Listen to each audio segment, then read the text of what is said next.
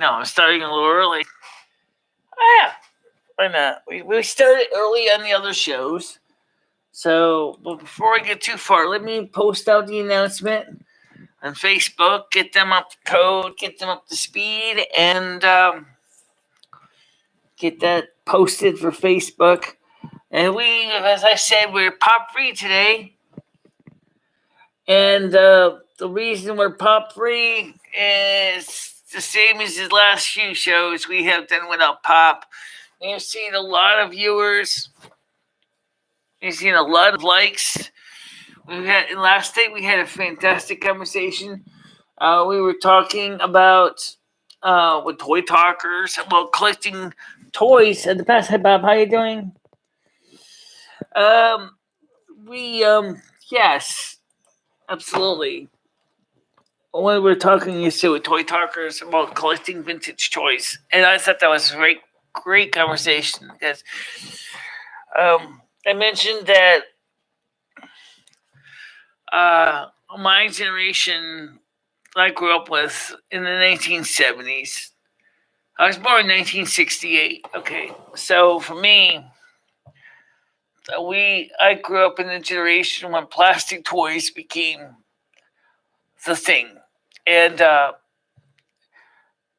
toys like Tonka trucks were made out of metal. I had one, and Legos and things like that. My generation, I think, between in 1968, I'm talking about from when I was born to about 1982, were the transition years because of we're going from interactive play toys like trucks and trains and cars and things like that to the beginning of the computer era. So we actually did not have, by the time the 1980s came out, okay, I was 10 years old, and the first of the home computers came out in the late 70s. Of course, I couldn't afford one. They were ridiculously expensive. I mean, we're talking about computers that costed, by today's prices, as much as phrase just for inflation. I mean, you're probably talking about a thing for like $8,000-9,000 in today's dollars. Computer home kits like the MITS Altair 8080, IMSIs, and things like that. That came later. So my generation was the transition period. We started seeing the beginning of the mass marketing of toys for movies. For example, Star Wars in 1977 was a big deal. Everybody wanted to watch Star Wars. Everybody wanted to be Princess Leia. Everybody wanted to be Luke Skywalker. Everybody wanted to, Kenner made all these toys, under merchandising with Lucasfilms. And it was just a very interesting time how we were changing the way we played. And then, of course, nowadays, these kids don't even play. They basically just go on a video game. They might go download the Frozen video game and play Frozen all day, but that wasn't the same. We had a lot of play action sets. I know that, by the way, for those of you who do know, that Frozen did have the Frozen Castle and some Frozen Elsa Anna toys. It was completely nothing compared to like what it was with us. When you could get like the Millennium Falcon and the X-Wings and the TIE Fighters and stuff. I know the TIE Fighters are cool. It was just a lot of different time when I grew up. And back in the 70s, it was when Mom and Dad were both working outside the home now.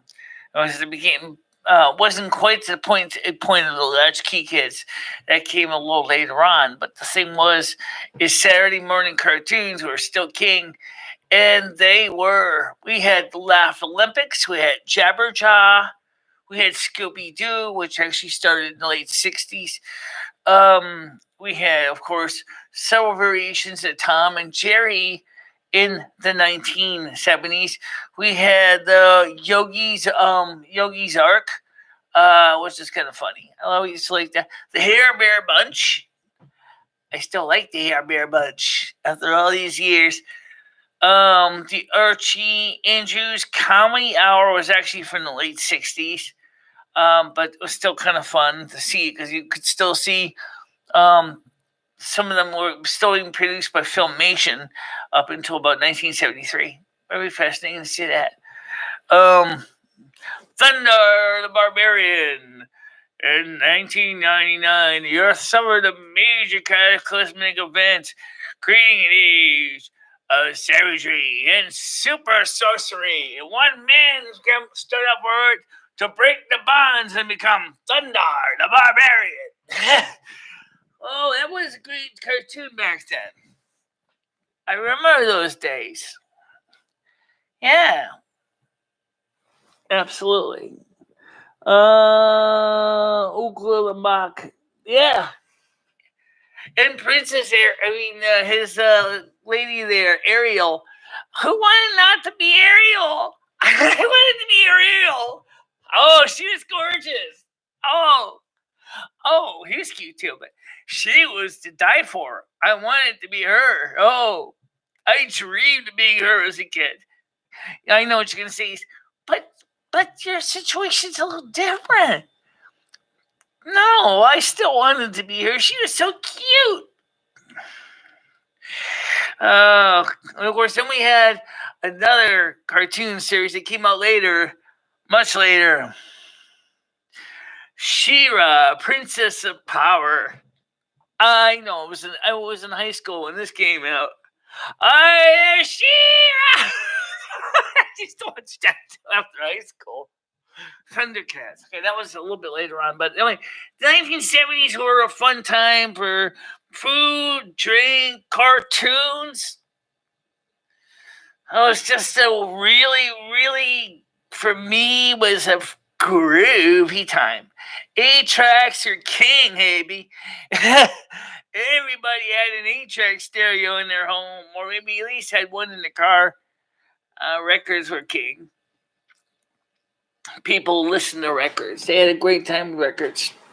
Loved music. I still do to this day. Please don't forget to put a like in the like jar. It's free. And of course, we're going to try to get some new people in the show today. And when I mean new, I mean I'm welcoming my show, of course, to anybody who wants to type in chat. Anybody who wants to type in chat. Because it's time we try to continue to do what I feel we need to do, which is to rebuild this channel and put a human face on the what you see this on the screen. Realizes that so many of us were growing up in that we're human beings too. Speaking of another cartoon series I liked was Sabrina the Teenage Witch. I'm talking about the cartoon version from the 1970s. That's Sabrina with the white hair. Yeah, you know the one. With with green hair and the other one with red hair. Right? Hilda and Zelda. Not the newer one. Oh, I do like the newer one, the Sabrina the Teenage Witch, the animated series. The new version in some ways is better. At least in that one, Sebastian the cat actually talked. Salem the cat actually talked to you, whereas they originally just made noises like meow and things like that. Well, just funny to think about. Imagine if you took that old Salem, Sabrina the Teenage Witch, and you actually combined it with the modern Sabrina the animated series. Which isn't so new now because that was in the 90s, but it was still pretty cool. Even as an adult, I still watch cartoons, so I'm very picky about cartoons. There are some cartoons I love, and there's some cartoons I hate.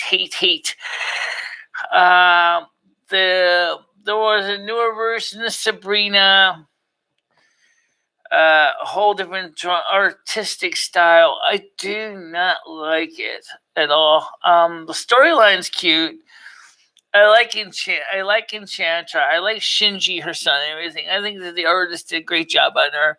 But it's the Sabrina character. They just basically ruined it for her, turning her into this blonde punk like um person. I was like, oh my god, you really had to do that to the character? Whereas the original Sabrina was this wholesome type 1960s teenager type person with beautiful coiffed hair and looked good and was really attractive to Harvey and it was just right around his I call it hippie mobile with a flower on the side. Um, that was actually a common motif in a lot of 60s and 70s stuff was the flower. What people don't realize that I had a suitcase. That's why we put a flower on over that time. But thanks, because I thought it was one of the best suitcases I ever had. It was the Samsonite. And the thing was tough as crap. And there was the flower on the side. I thought that was a real eye catcher. Like, whoa. Okay.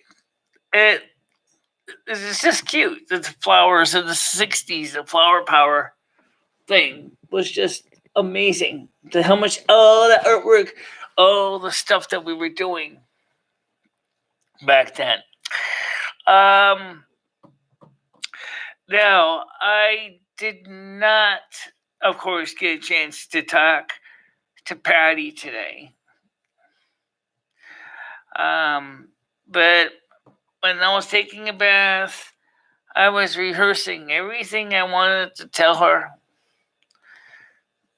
And it made me miss her so much because I wanted so bad to tell her what I wanted to tell her when I was in the tub. I mean, I really, really, really do. But that's another story. Hopefully I can tell her in real life what I want to tell her. How is she going to react to it? I don't know. Maybe she will take it with a grain of salt. Maybe she'll get argumentative about it. I thought that was kind of interesting, that joke.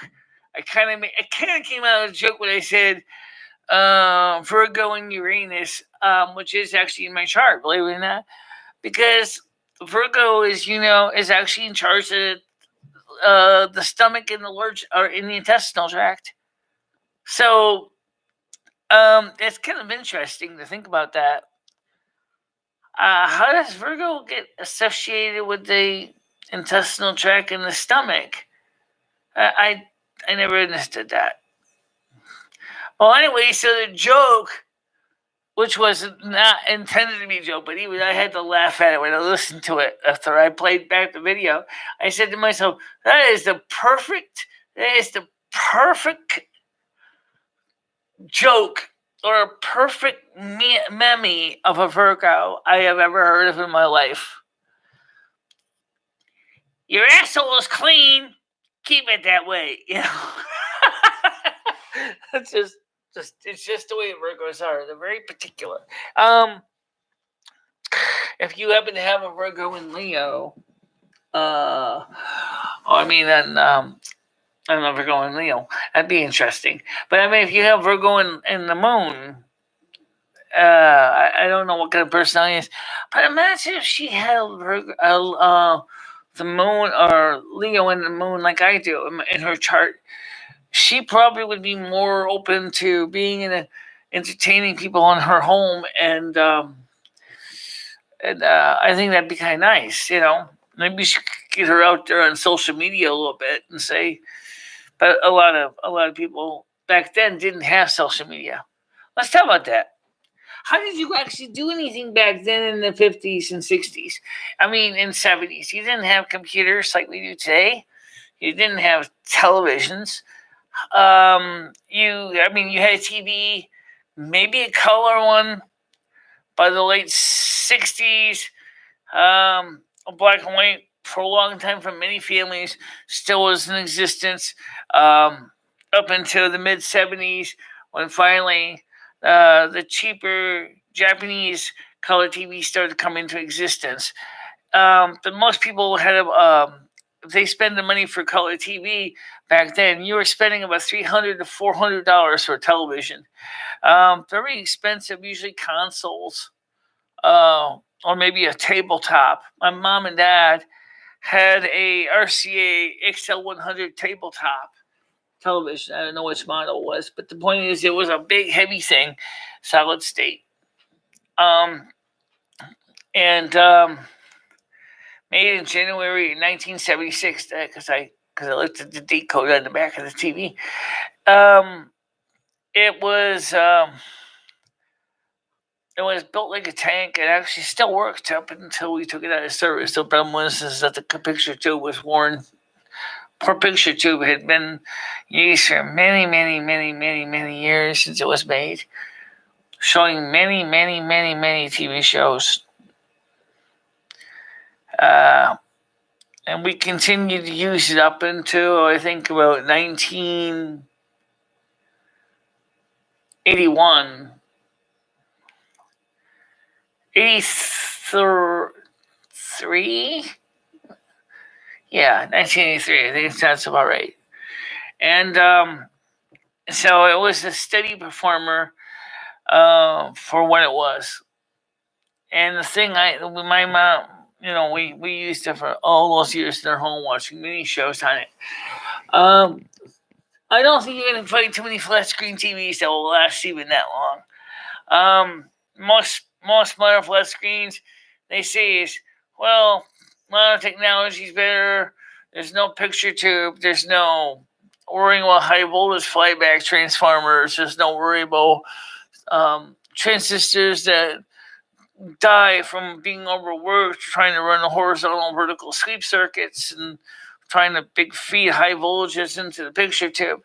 But the thing is that for us, even though it was only NTSC standard definition in the United States or standard definition PAL and most of the rest of the world, was we didn't really care. The idea was just amazing. Like I said, that I could be sitting in a living room in New Hartford, and I could be watching a TV show all the way from, Singapore or from Korea or from China or whatever, bounced by satellites from space and then coming down to a TV station and then transmitted to my home.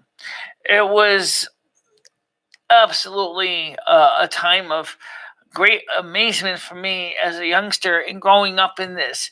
And actually, of course, it makes sense that I definitely took on this, like a lot of Aquariuses do, the technology, and was totally mesmerized by how it all worked. And today, we're doing things like what we're doing right now. We're streaming shows out on YouTube. We're streaming our programs all out to the internet. And anybody who knows how to tune in to your show knows the right IP address, the right codec, can watch the show. That's amazing. Think about it. That is amazing. I mean, that is absolutely, amazing. And of course, the same thing with telephones. I mean, I grew up at the time of rotary dial phones, okay? I mean, you're talking about, hey, you pick up your phone, you get a dial tone, and you turn your finger wheel, and you start rotating this finger wheel, and you're saying to yourself, how does this work? I know it was older than me, but still, imagine now, 10-year-old. Here you go. How does this work? I'm going to call my mom. I'm not going to tell her because I'm at a friend's house, and I'm going to tell my mom I'm going to be late. So I call my number, I put my fingers in the finger holes, and I'm turning this dial.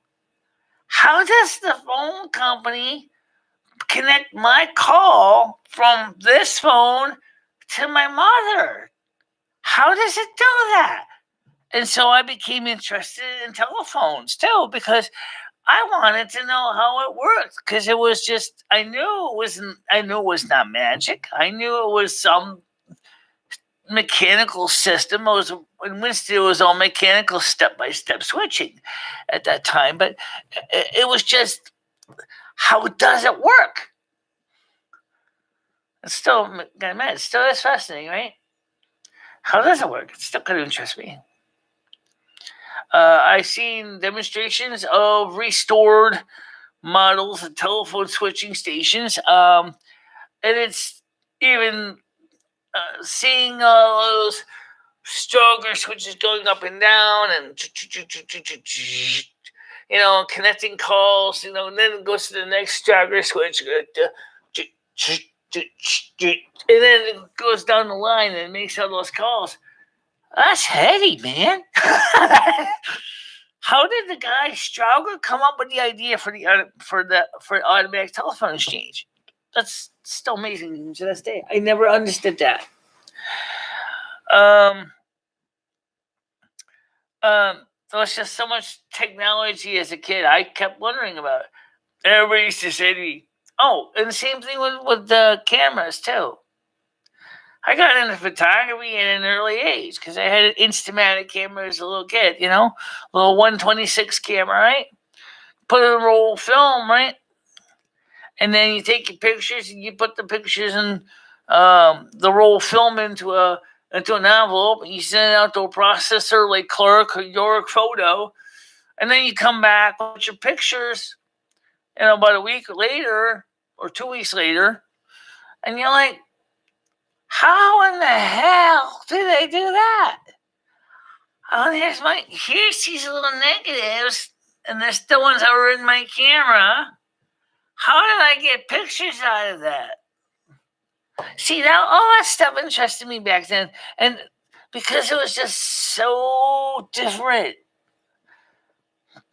And trust me, I'm not the kind of person that just goes, "It's magic. Now sit down, shut up."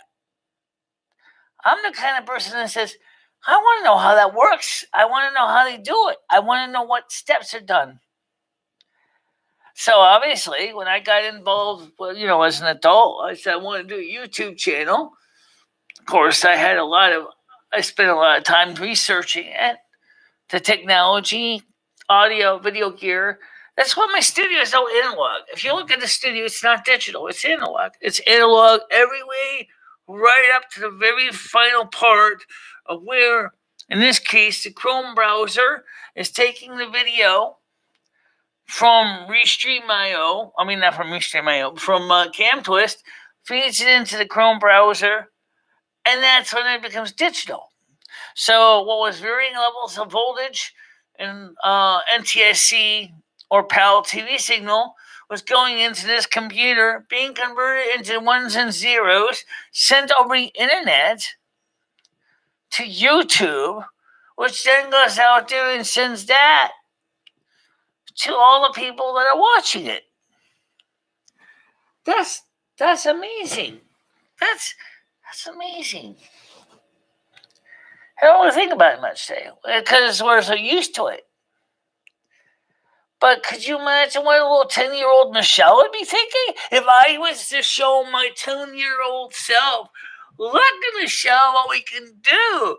I can talk and put a camera right there on the wall and this microphone right here. I can talk and I can be heard all over the world. And I don't even have to transmit it on TV. I think I would have probably went, but Michelle, how does that work? And I'd have to tell my younger self, well, it's a little more complicated than I can explain, but you'll certainly will understand it when you get older. I know you will. As I know you'll be sticking your nose in every single technical reference manual you can get your nostrils on. I know me. I did that.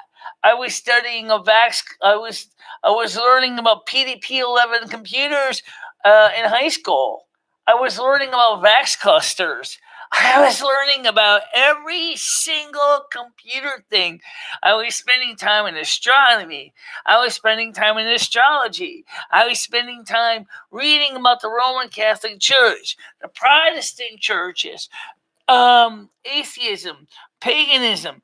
I loved it. I sucked it up like a sponge, and I still do to this day.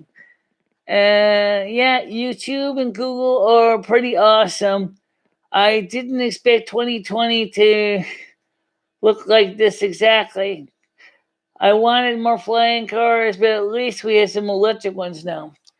Oh yeah! By the way, speaking of electric cars, we got lots of models of electric cars. You ever seen the ones that come out now? Though Tesla's coming out with the Model Y. I didn't actually look much at it, but it looks pretty cool. Model Y. You got the Nissan Leaf. You got the Toyota Prius. You got, which is a half electric hybrid, but I gotta admit, a car I think is the cutest little button car is the Fiat 500e. I think the 500e is the cutest little car I have ever seen. Of course, I'm biased. I'm Italian. Okay, I just think it's the cutest little car, cute little city car. For in-town driving, it's nothing wrong with it. Maybe you might be able to get a couple bags of groceries in the back seat and stuff like that. But it really was amazing how much we pushed the technology with the electric car. But there is a valid problem, though. I heard China is majorly pissed at Tesla because they shipped a bunch of cars with 2.5 hardware and customers were promised 3.0. Well, that's life, okay? Tesla probably had a lot of 2.5 hardware laying in the warehouses, and they have to use what they have. Ramping up production, Tesla is not exactly a huge car manufacturer. Okay, people got pissed at Fiat for the 500e because they said, "Why did you have to make such a damn small car?" Because they originally made the 500e specifically for the West Coast of the United States as a city car for compliance car. But you know what? It's a cute car. I think the 500e is a very cute little car. And you know what's neat about the 500e? They put on the back, they have a big electric LED display in the back of the car in the rear view window that shows you your state of charge. Like some cell phones do. Some cell phones in the past used to have on the side of the phone a little gauge that'll tell you how much charge the thing had.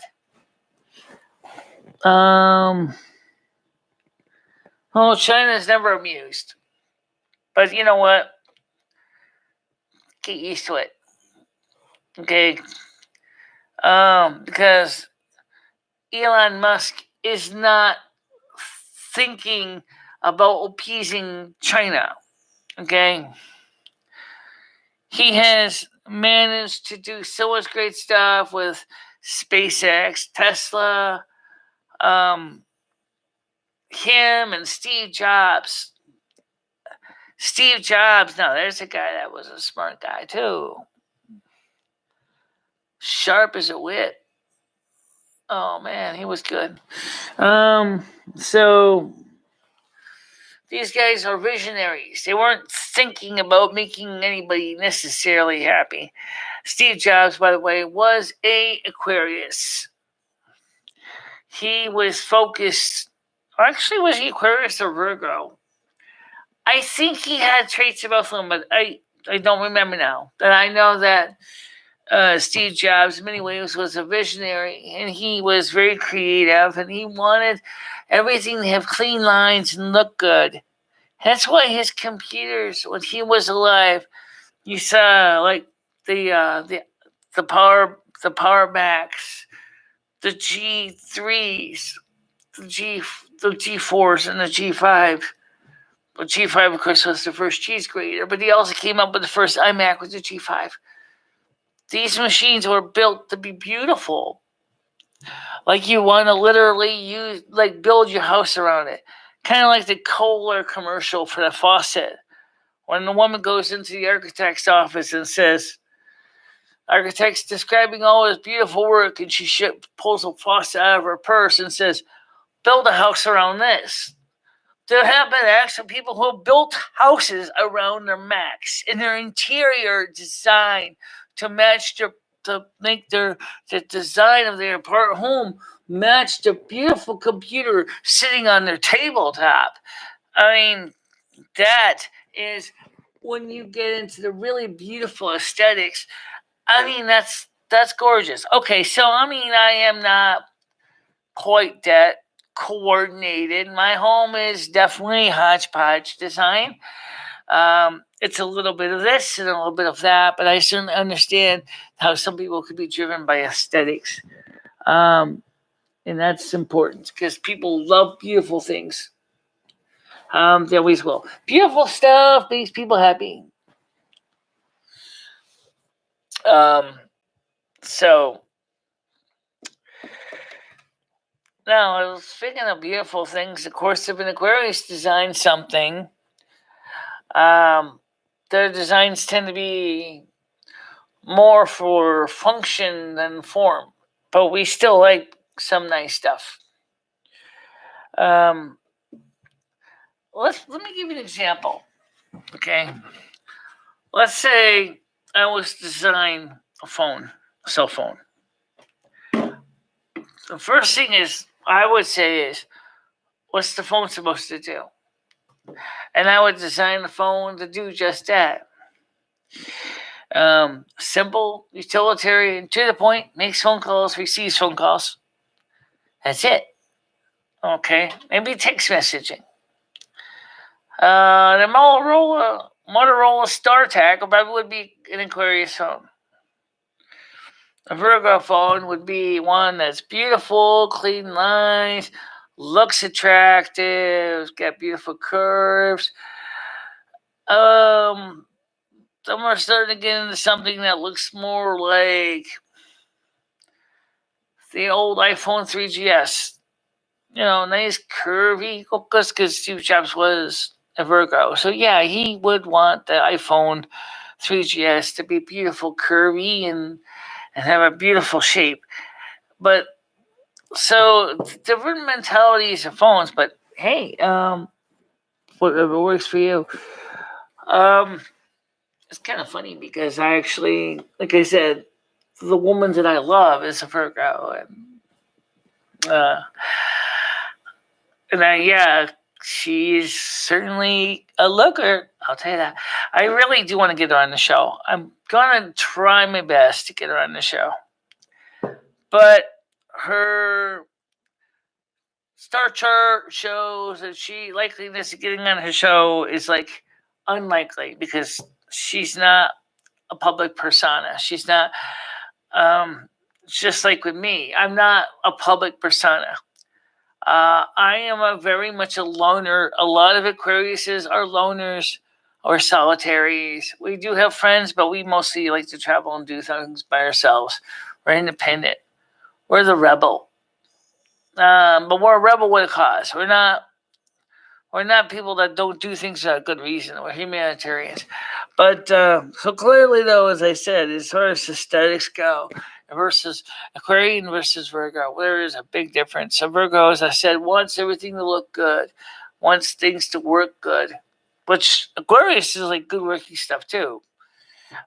We look at it from the technological perspective of what it does, how it does it.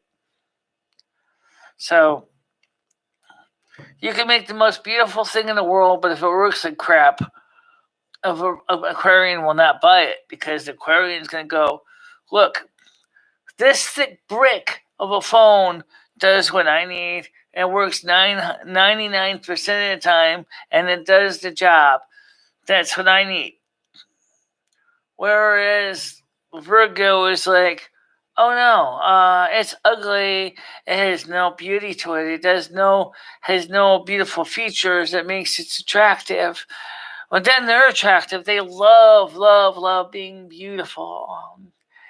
And they focus on their beauty and their looks, and they're like, but they're also down to earth practical too. So I think that's where Steve Jobs kind of comes in, because he's like, he wanted form and he wanted function, but he wanted function to follow form. In other words, this has to look good, this has to work good. And it's funny because I'm using a 2009 Mac Pro cheese grater. So, I mean, I can certainly understand how it looks good and it's got to work good. Yeah, I'm a Mac user. So, sorry. Shit me. Okay. A lot of Aquarius users are Windows users. A lot of them are. Not all. A lot of Virgos could be either one. But if you're a Virgo and you're using Windows, you want your computer to work exactly a certain way and you want it to look a certain way. Your desktop would be neat as a pin on top of your literal and your actual desktop. Virgos hate clutter. Aquarians don't usually care. I mean, if you look in my apartment, you'll see there's a lot of clutter in my apartment. Because just like Albert Einstein says, a clean desk is a sign of a cluttered mind. We like to keep our minds clear and organized. Even if we have organized things externally, and by cluttering our desk with pieces of this and pieces of that for working on a project, that's just the nature of the way we think. But we know where everything is. We know where in our messy lives all the pieces are. We can tell you, for example, where I keep my birth certificate. I can tell you where my documents are on the computer. I can tell you all that because I know, because I keep them that way. I keep them organized in a way, in a filing system that is just a little bit weird, that no one actually understands. But back to what we were talking about back in the kids' childhood days. I want to get back to it because that's really more fun for everybody. I think my childhood from 1968 when I was born until I'm going to throw. I consider myself. I still consider myself a child in a lot of ways, but I'm going to say, chronologically speaking, from 1968 to 1984. I came in a time of a great transition, as I said, and there was so I had the taste of both worlds of toys and computers.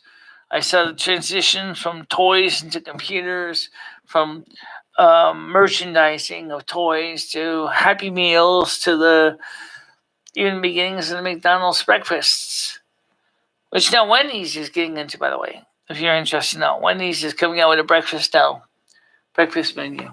It's just, I think it's kind of funny. If you're following McDonald's quite a few years later, Wendy's, huh? I think they know the reason why. Because everybody knows about, Wendy's for the hamburgers. How are you with your breakfast sandwiches? I never know. I never tried one. But I know that with the local Wendy's that we used to have in Winsted, breakfast sandwiches could have saved them from bankruptcy. When the guy basically ended up giving up his franchise. But that's something to think about. Whereas McDonald's is still here, Burger King closed long ago, and then became CVS when they built a new CVS on top of the old Burger King. It's very interesting how that happened. We saw the way food was made and manufactured from the 1960s to the 1990s.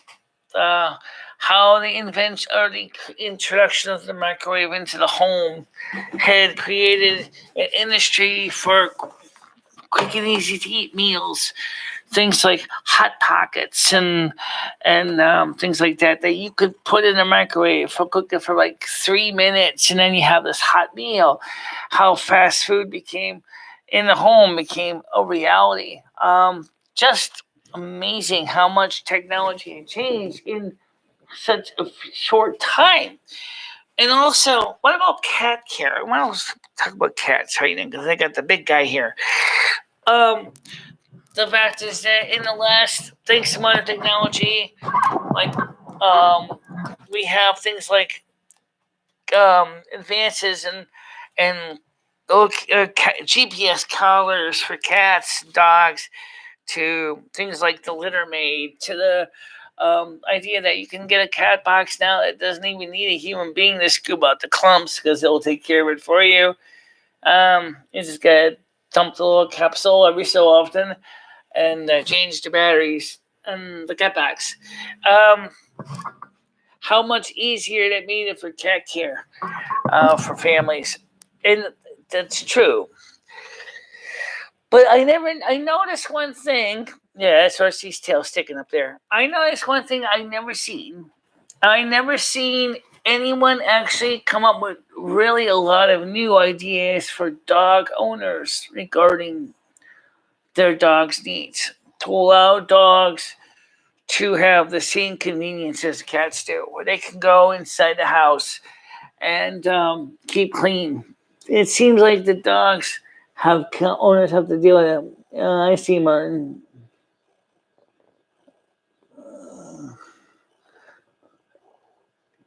Yeah, what is Rusty's tail? My big beast. Yeah, he's heavy. He weighs about 35, 40 pounds. Okay, kid, I gotta put you down. You hurt my arm. So like I said, so dog owners haven't really advanced quite as much as far as technology for making their care as easy as it has for cats. So let's see here. Michele Bob Dog says,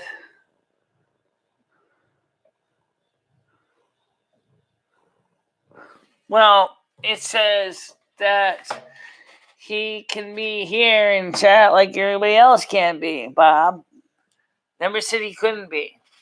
He just isn't going to be calling on the phone and asking us to Skype him all day. Because I'm not taking Skype calls. I'm not taking phone calls from anybody.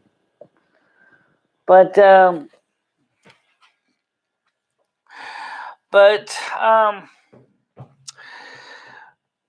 I wonder is what about in how has the changes of diet since? I want to go back to the 1950s because this is where some of the stuff kind of get interesting.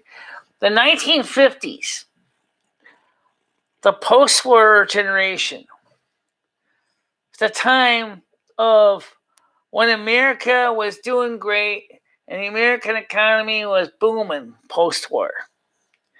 And GIs were coming back into America from Germany and later went on into Korea, but still, the fact is, everybody was now buying a house in the suburbs, and everybody was buying a house. So, okay, Mister. No! Don't play with my mouse. Don't play with my mouse. Come on, get down. He locks my mice up. I don't know how he does it, but he locks my mice up every time. Really, he does. I do not know how my cat does it, but he will lock my mouse up. Do you realize you did me a favor? I was becoming so lazy and comfortable with all the channeling you. Yeah. All right. I don't want to get into that right now. But the point is that eating habits of American people have changed a lot since the 50s. First of all, in the 1950s, kitchens were starting to get really, really colorful thanks to modern sciences and color paint technology. That the homes were coming because of access to new materials. Were starting to get really kind of more interesting and appearances. The television in the living room definitely changed the American viewing life habits. As people would now, families would sit down instead of sitting in like the sitting room and reading books and or newspapers or magazines. Now the family would start to sit in front of. They originally the TV replaced the radio, but the fact was still the same thing. Both mediums became the way of the future. Even to this day, the TV has been replaced by the computer screen or by smart TVs, but we're still doing the same thing. It's just amazing to think how this technology changed. But it's the eating habits I want to talk about. In the 1950s, families, especially urban families, were now getting access to frozen food. They were now able, the housewife, and in that time it was, I'm sorry to say, it was definitely traditional family values, even back then, would do the cooking for the family. The father would take care of the finances and the billing.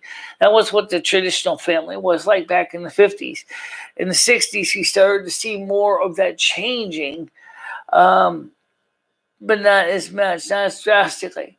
By the time the 1970s came around, as we can see from the movie Mr. Mom, you got families now where the wife was doing the work and the husband is now raising the kids. And that's still going on to this day with reverse gender roles. And there's nothing wrong with that. The only thing is, I'm going to say this right now for any couple who wants to have a particular role for him or her or whatever, if that's what you want, it needs to be understood by both parties. Both parties are going to want to participate in that. So if the woman, for example, says to her husband, hey, look, I love cooking, I love cleaning, I will take care of the house, but I do want you to help around the house once in a while, vacuum cleaning when I'm not home. And if the husband says that's fine, that's great, but it has to be mutually agreed on. But most today people in the house now, it's both are doing the job. So, for example, she might be working a late shift. He might have to cook for the kids. He may have to wash the laundry. He may have to, go out there and cut the grass and do yard work.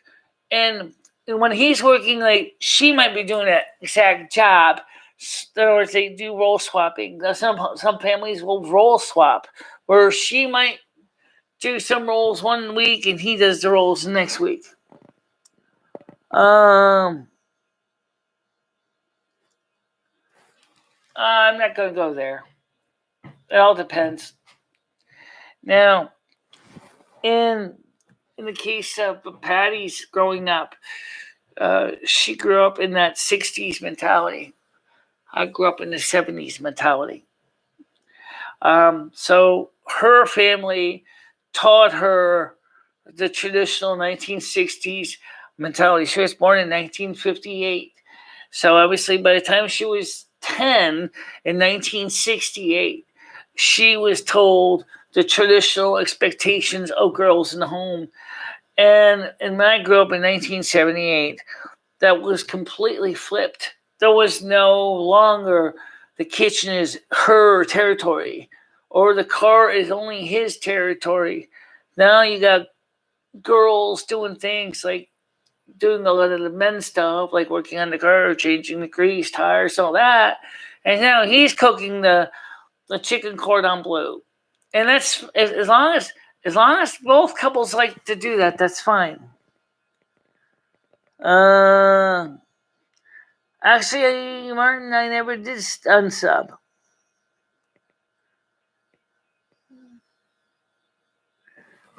I never did unsub. I'm still there. So, just it's just the way I feel about how the world has changed. And then, of course, the sad truth was, then we got into the 1980s, the latchkey kids. Now we had a problem. Now we had kids that were both mom and dad would be working at the same time. Now the kids have to take care of themselves. It doesn't matter if you're a boy or a girl. Okay? So, like, older kids would take care of the younger kids. So, like, let's see, he had a 16-year-old high school kid. He would take care of his younger brother or sister. He would cook the food. He would probably wash the laundry and make sure that his brother and sisters' needs were met. And then, of course, his mom and dad work late, and then they come home, say about 5 or 6 o'clock at night, both of them, and they expected that he had maintained the home, that it was perfect, or at least respectably clean. That puts a lot of stress on a 16-year-old because obviously now this kid has to not only deal with his homework, he has to deal with his younger brother and sister too, and maintaining the basic home. And then he loses his innocence because he's no longer just a 16-year-old. He's now doing the job of an adult within reason, that and responsibilities of an adult. Nothing wrong with that, but it just till we start to see the trends where obviously by those time those kids are now adults and they have their own families. They're expecting that those kids under them are going to do the same thing. But that time, the situations changed. That their kids were doing things completely different. They were out of touch with reality, spending a lot of time on video games and cell phones and social media. So there was a completely different shift. Now, a lot of the older parents were like, what is this Instagram? What is this Snapchat? What is... They may know what Facebook was. They may know what MySpace was. They may know what YouTube is. But some of the stuff that these kids are doing, they had no idea what they were doing. Because now the kids had no idea anything about what the parents did either. Or what the parents could tell who it was like. Because the parents probably, some cases, could say, when I was your age, we did this. When I was your age, we did that. But the truth was, the kids couldn't wrap their head around that because it's different. So it's funny because Pop, I already never left your page. I never left your page. Okay? I never left your page. I decided not to leave your page. Okay? So, let me ask my audience, and yes, Pop, you can answer this too. What do you know about the 1970s and 60s? What do you, I mean, if you have never been there, what was it like? What was it like your childhood too? What was the difference? What was your childhood like?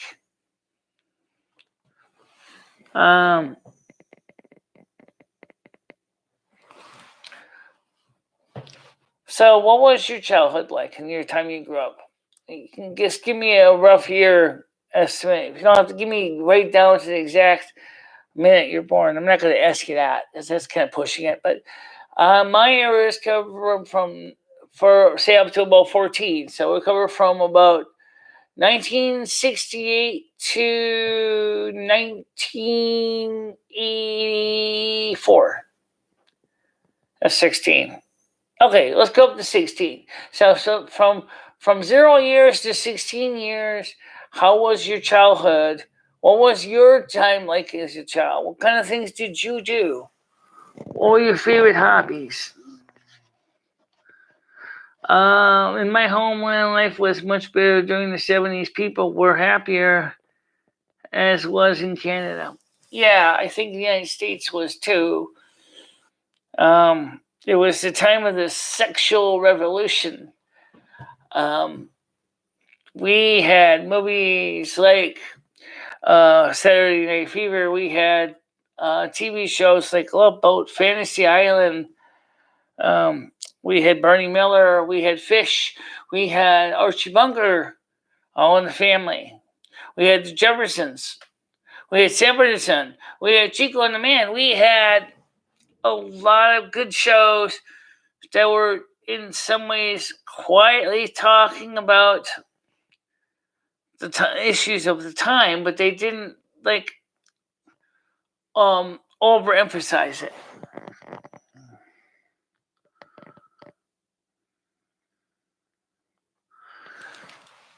I don't know, Mop. Riverdale is kind of a dark show. I think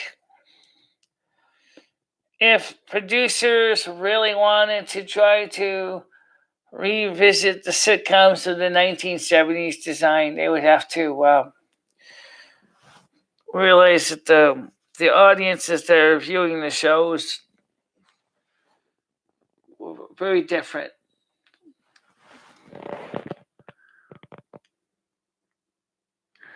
But so I think that I think we could see some people revisiting the like the Norman Lears of the 21st century, looking at the scripts and trying to come up with a script that would be a classic sitcom design that can cover some of the issues without becoming overbearing.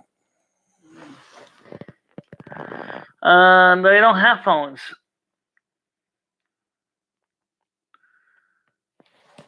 Yeah, well, that's not uncommon for Scorpio. Even I'm sure that even Sherry would probably like Riverdale. I got a feeling she would watch it. I know Patty's into the dark stuff too on TV shows. She's into drama and she doesn't really get into the comedy. Or I like comedy. I like fun stuff. He's not talking on the phone, Skype. Skynet, don't worry about it. Skynet, what was your childhood like from birth to 16 years old?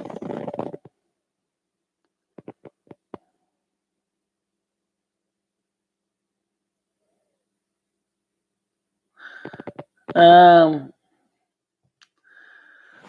I like to have. I like to escape. I like to have a time when I can just escape into a place of happiness or enchantment. That's why I like. That's why I like Once Upon a Time.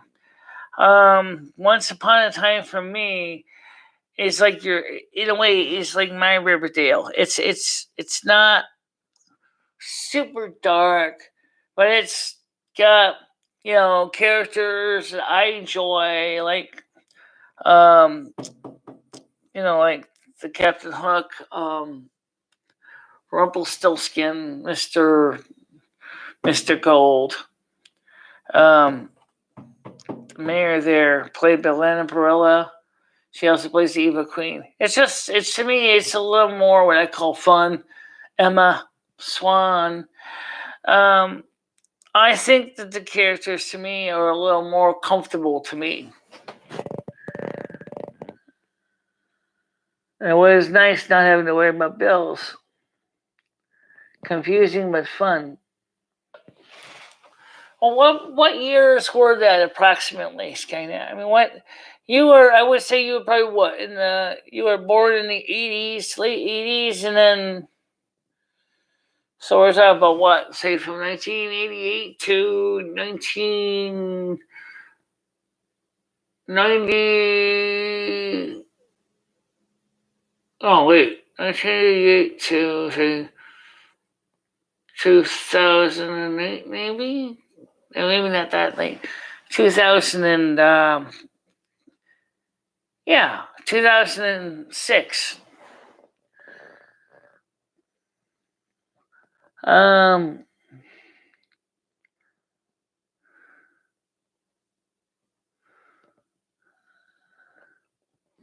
well, I don't really know much about the early 2000s childhoods. I really don't know much about them. Of course, I wasn't a child in 2000 and a teenager at that time, but because I graduated from college or high school from 1987. So I mean, yes, I actually did graduate from high school. um,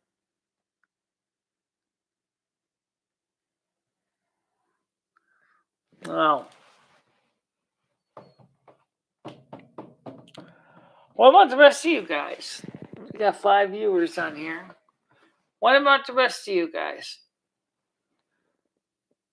What was your childhood like? What, and just approximately what years are we talking about? Because, like I said, like I remember very well my early years from the 1973 to 1984. And I remember the great changes in how the world had changed in those 16 years, 1968 to 1984.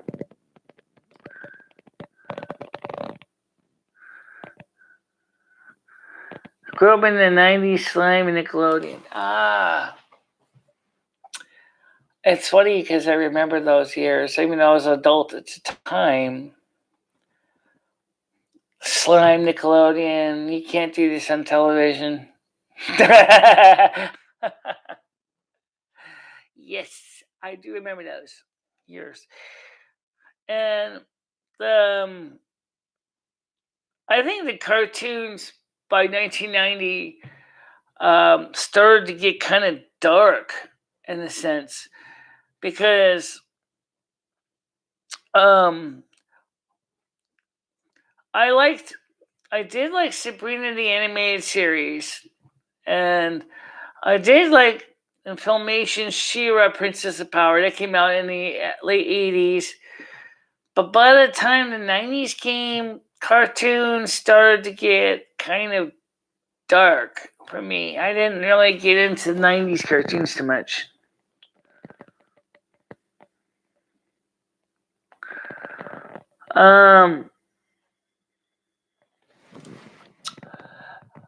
Bob, I'll be honest, I'll tell you this. I think when the age of globalism dies, and I think that this coronavirus, COVID-19, is killing the globalist mentality. I think the globalism is going to be forever changed because of the COVID-19. Millennials call it the boomer bomb. Talking about how it's killing the old people. And a lot of the old people, I'm sorry to say, were a lot of them that was pushing this globalist mentality. And not everybody was, but there was a good portion of the older generation that was pushing it. And so, yeah, I can see why boomers would be not respected by younger generation. If it's any consolation, when I grew up, we were still kind of stuck. I was stuck kind of in between with the hippie generation in the 1970s. Okay, we were told, especially after the time at Woodstock in 1969, which I was only a year old at the time, as we were told, don't trust anyone over 30. Well, I guess kind of still true. I mean, they were concerned about the way anybody older than 30 years old weren't thinking like they were, but that's because we don't. She says most of our grandmas will die. Blah, blah, blah, blah, blah, blah, blah. Fine. All right. I'll add that one in there. It's not really like anything really confidential. But I watched. Okay, Quiet Queen. Looks so spiritually. Yeah, but like I said, so we were told that, and so a lot of the stuff that we learned in the 1970s affected a lot of the kids in the 1980s. Because as parents, by the time we were having families in the late 1980s, we were being influenced by that from the generation baby boom.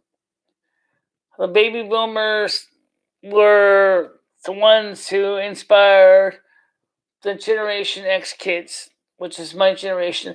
I call myself the misplaced generation because sometimes I'm still got a lot of baby boomer in me, and I'm not really quite Generation X. Because I'm like, some people say Generation X really starts like if you're born after a certain era, say like for mine, like generation is supposed to be like 1975. Oh, I'm sorry, I was born in 1968, so that kind of puts me in the baby boomer group.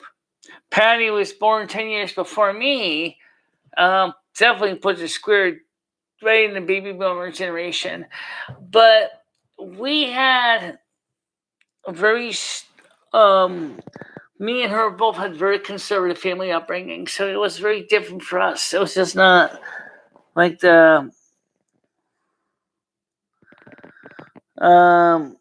like the writing James. What do you mean about who did Bob? Please read something very interesting. I want you to read. I'm reading it, Pop. But I'm also trying to have another discussion as well. So I don't want to get into the crazy stuff. But I will cover real quick, which is related to what you're covering, is the concept of the faith system in the United States. And most of the Western world had changed quite a bit since our parents, my parents, which were definitely baby boomers, they were, my mother and my father grew up post-war, and they had a whole different way of viewing Christianity and faith systems than we do today.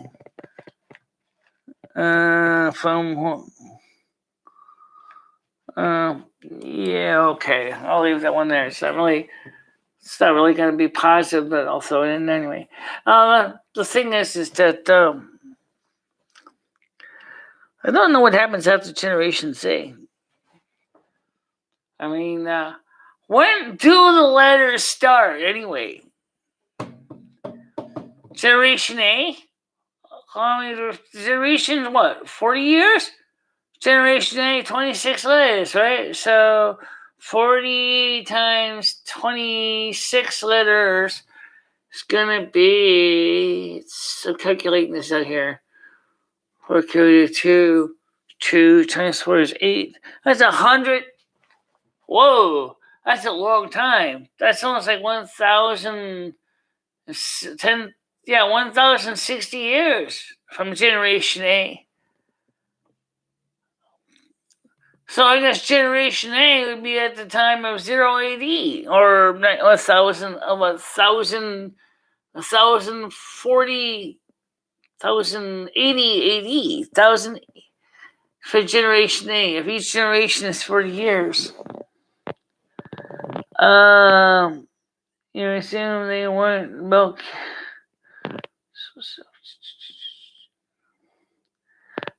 Let me type Generation 0.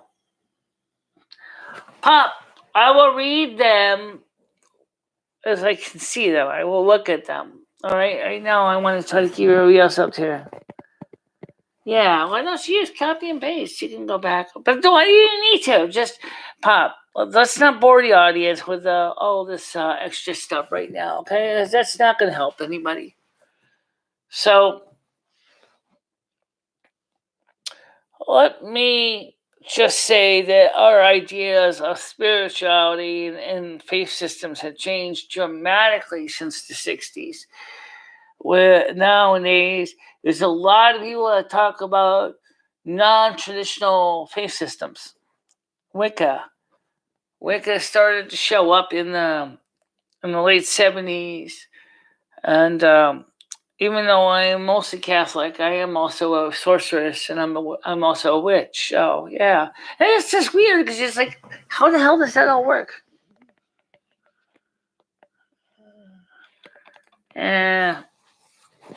Yeah. Pop, give it a break already. All right. Come on, you're not gonna ask me to block you, are you?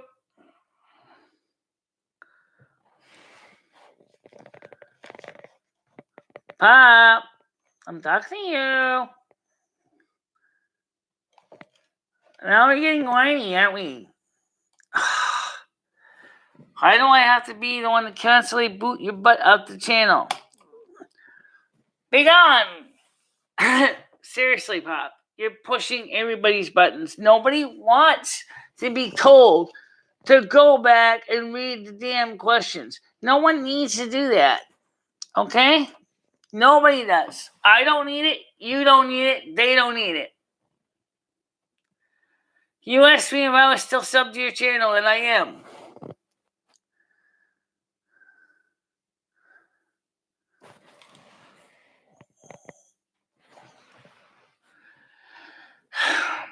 I don't want to get dislikes because of somebody basically realizes that he can sabotage my show. I don't mind when he talks a little bit. Hello, how you doing? I'm doing okay. Hey, did you hear about this? And, talk about it for like 5 minutes. But when he starts giving me orders, go back and reread it. Go back and reread it. Go back and reread it. That is absolutely frustrating.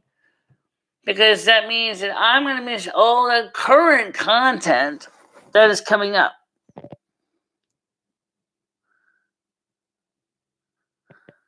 Yeah, well, I know Rachel. I'm watching it too, so I'm sure other moms are doing else in the background. So Rachel, what was your childhood? When was your child? What years were you a teenager? I think you were a mid '80s child, weren't you? A 1980s child, and then it's just kind of funny. I watched a little bit of your little video there using your special effects on your phone. I just watched a little bit of it. Yeah. 1980s. It was a weird time, wasn't it? The computer era, the cartoons changed. Things like the Care Bears, the Smurfs, the She-Ra Princess of Power. Right. So I thought. So in 1980, you were born. 1980. Okay. In 1980, I was 12 years old. That's true. 1980, I was 12 years old.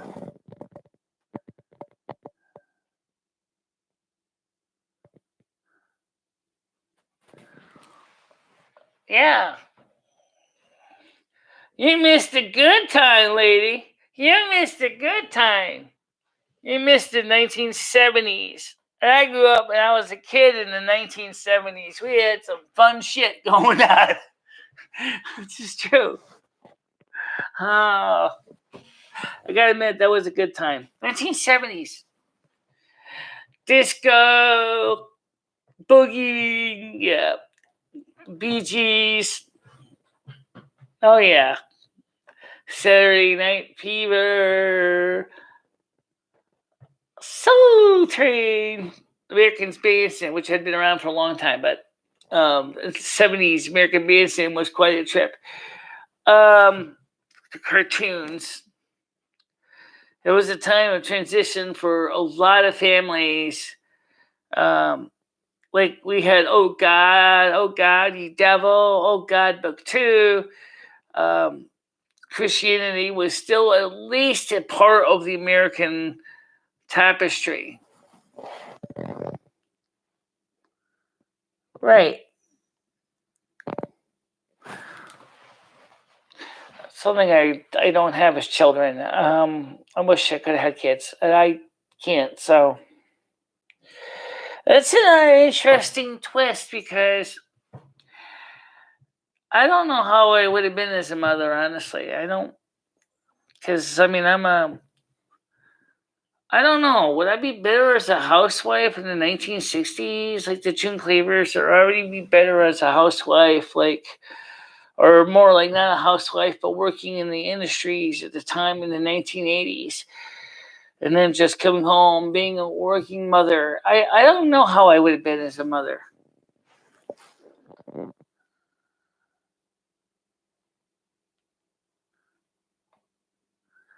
Michele.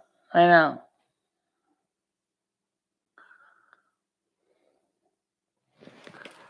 I constantly get it wrong. I know. I'm sorry. It's just the way I pronounce words.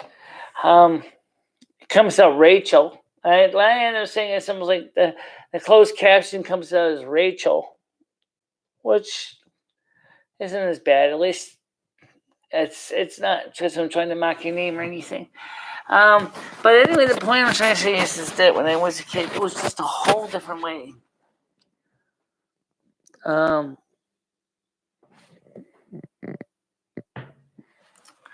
So Esto or Estro, what about you? What was your when were you born? What year were you born? What was your time like up to 16 years old? What did you do up to 16? Because I want to keep it simple. We're not going to get into all the details. I just want to get an idea. What was your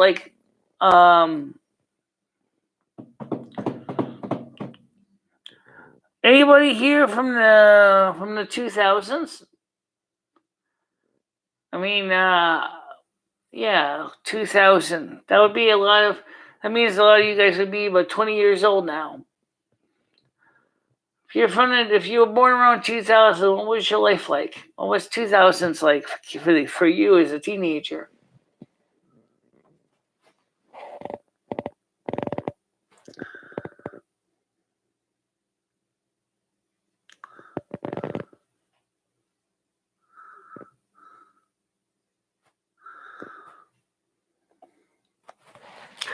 It's kind of funny for me. Like I said, part of me wants to be a housewife, and part of me doesn't want to be a housewife. I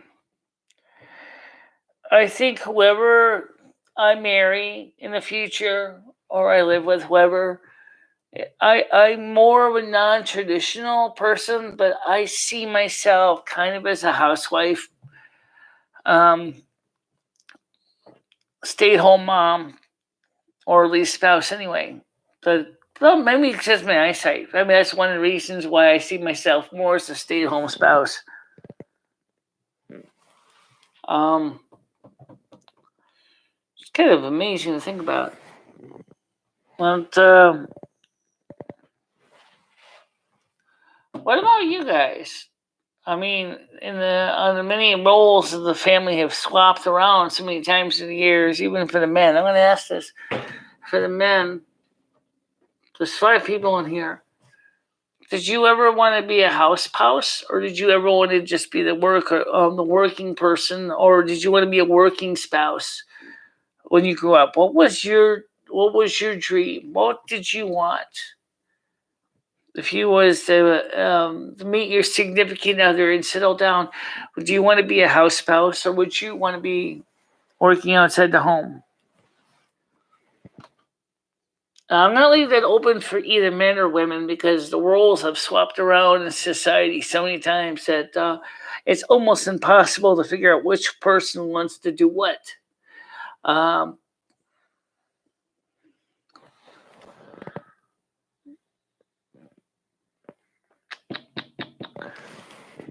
What do you think, Lum? Me? You're going to ask me what I was like in 1835 to 18. Oh my God, I have to do the math. 1850? 1851. In 1851, I was just pretty much doing what every other girl in 1851 was doing, which was to focus on finding a good husband. I just didn't like the guys that were out there. They were so philanderers. They're just going around having lots of mistresses. You guys, even in Sweden, are running into that problem. Actually, I came into Finland. Yeah, we didn't have as bad as it was with syphilis and stuff in England, but we got guys that were wandering around, had multiple mistresses and sex partners. So, or your whole world basically was around focusing on being the perfect little marryable daughter, pretty much. Also maintaining like my father's store and stuff. But as I helped him take care of it after my mother died, so that was like what I did,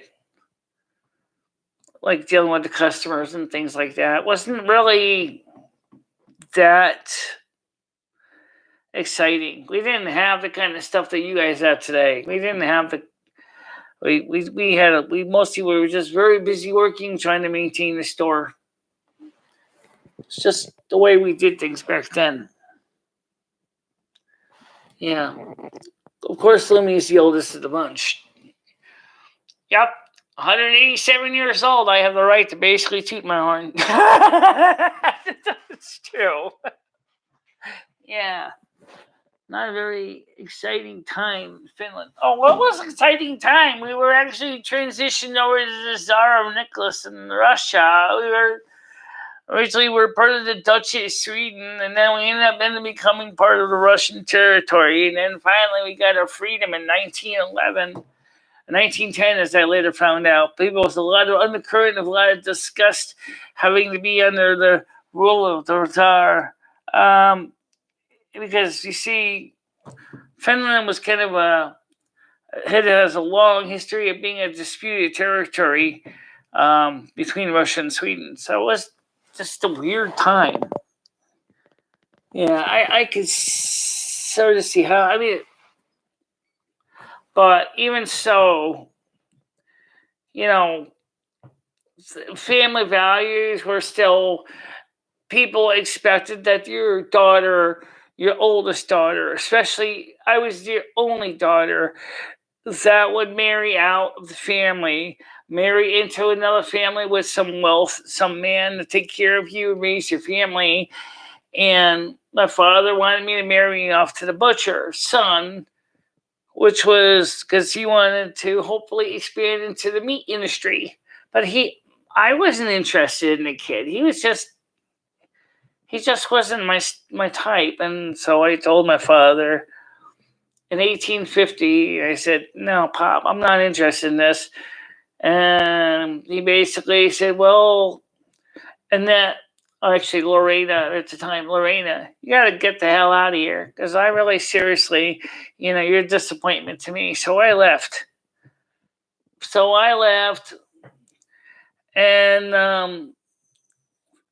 And that's what happened. So that's where Lorena and the finesse basically took off, and ended up becoming working in sculleries, the inns, motels, and things, cleaning rooms. And then I did that for, while I was quietly learning my craft as weather sorceress. And then I was quietly accepted as the eccentric in the town. Something every Aquarius understands. Every Aquarius gets it, yeah. But still, I never married. And not until May 1st, 2010. That's when I married. You. Right. It's kind of interesting to think about. Even in prior lives, you never married. I never married at all.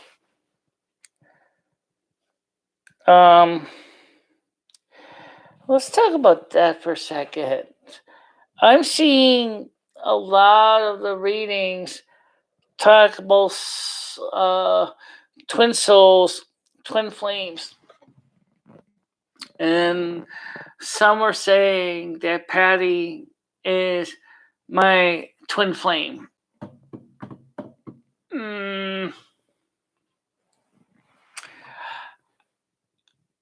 I see Patty not necessarily as your twin flame, because that's my job in some ways. But I'm also your twin soul. I'm more of your twin soul than your twin flame, because we were both crafted from the same body, from the same spirit, and split in twain.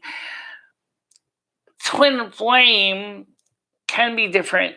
In the case of Patty, yeah, maybe you were looking for that special neurotic little nymph that basically likes to clean things and basically looks cute and nice and leggy, strawberry blonde redhead, because she's actually naturally a redhead. She's naturally a redhead. Yeah. Yeah, I can kind of see that because from analyzing her personality, and your personality is that there obviously is chemistry there to it. That's really weird. And I can't even get my life chart. Does anybody know how Lumi can get her natal chart?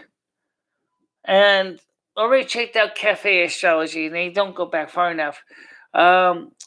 Let's give you information. I was born on February 11th, 1835 at 5:05 a.m. in Stockholm, Sweden. As anybody can pull up an astrological natal chart for February 11th, 1835, birth time 5:05 a.m. That was a home birth. It was a home birth in Stockholm, Sweden. I would love to see it. So I have a cranky one because Michelle called and woke her up. Just joking now. Yeah, but you know what though? My father married a Virgo, and she kind of was similar in a sense. So I wonder if that's just the nature of my family. We just married the abusive ones. But let's put it this way: my father and my mother have been married. Oh my God, how long ago? 1965 until his death, about 2005. All right, I'm going to say about 50 years. Yeah. 50 years. My father lived with a controlling, manipulating Virgo wife that basically took care of everything in his life. Everything. He had clean meals. His house was spotless. He never had to work a thing. He didn't have to pay the bills. She would just take his paychecks for him. She would deposit in the bank. She paid the mortgage. She paid the insurance. Only thing my dad had to do, he was a Libra. You know what he did? He got to focus on his current events and his news, and worked on his woodworking projects, and they lived like that for 50 years and raised 3 kids. Unfortunately, I have to be honest, my dad had a problem with alcohol in the end, or at least up until 1978, because of her early years of pushing him to become like the TV series kind of called Keeping Up Appearances. She was as bad as that Hyacinth. She pushed him, and he pushed hard. I remember she pushed us hard, but yet, my dad loved her, and he loved her a lot. And it's kind of like me and Patty. It's because I talked to my dad from the other side, and he told me, he says, Michelle, I see you and her. You guys are going to be so close and so tight and so much a couple. You will work out your differences. You will achieve that. He said, of course, there's one difference. I'm a Libra and you are an Aquarius. So you're going to have to make some very difficult choices to work around that. It's just strange. I just think that's just strange the way that works with relationships. But I think that the point here is it's easy to say upon looking at the package outright and say, oh, maybe this isn't a good one, maybe this is not a good one. But one thing that he told me, he says, you're going to have to take patience. You're going to have to be patient. Okay? It took her a long time. It took my mother a long time to totally warm up to my father. Okay?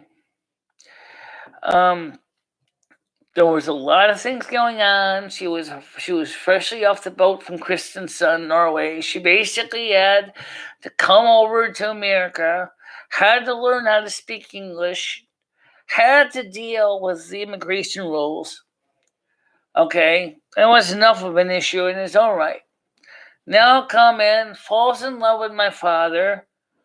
You got this Libra guy who's a fisherman, a construction worker, did all kinds of jobs, and had to learn to deal with his idiosyncrasies and at the same time deal with coming over here from a foreign country.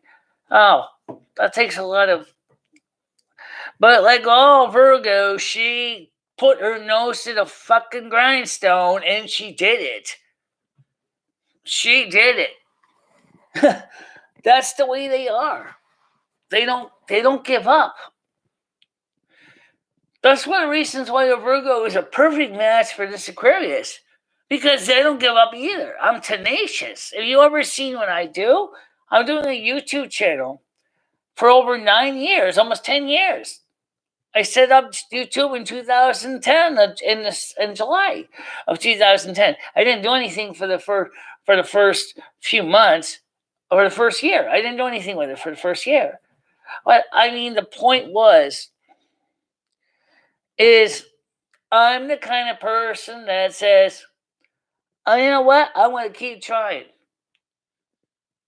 All those years, 9 years actively doing YouTube videos, constantly trying to find the right formula, the right, what works for me approach.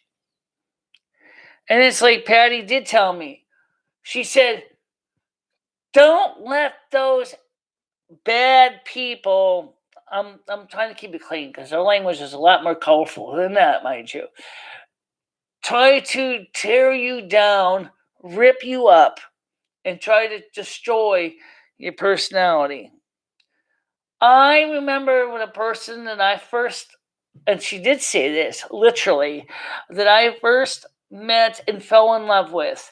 The person that is the one that was happy and enjoyed life and enjoyed doing things and talked to people when it was warm and nice. You became cold and bitter and brutal and icy in the last 4 years of your life. What the hell happened to you? And I showed her some of the videos from YouTube at the time. And she says, wow, that's going to change. Because I think you need to get the fuck away from YouTube for a while. Because you basically have become lobotomized. They have destroyed your personality and your spirit. You need to take a break. You need to take a holiday. See, here's the thing. She was mandating that I take a break in the holiday. It was not an optional extra. It was, you are going to take a break in a holiday. But I do have to agree, it was actually a good thing to back away from YouTube for a while, at least actively doing videos, because it was important for my spirit.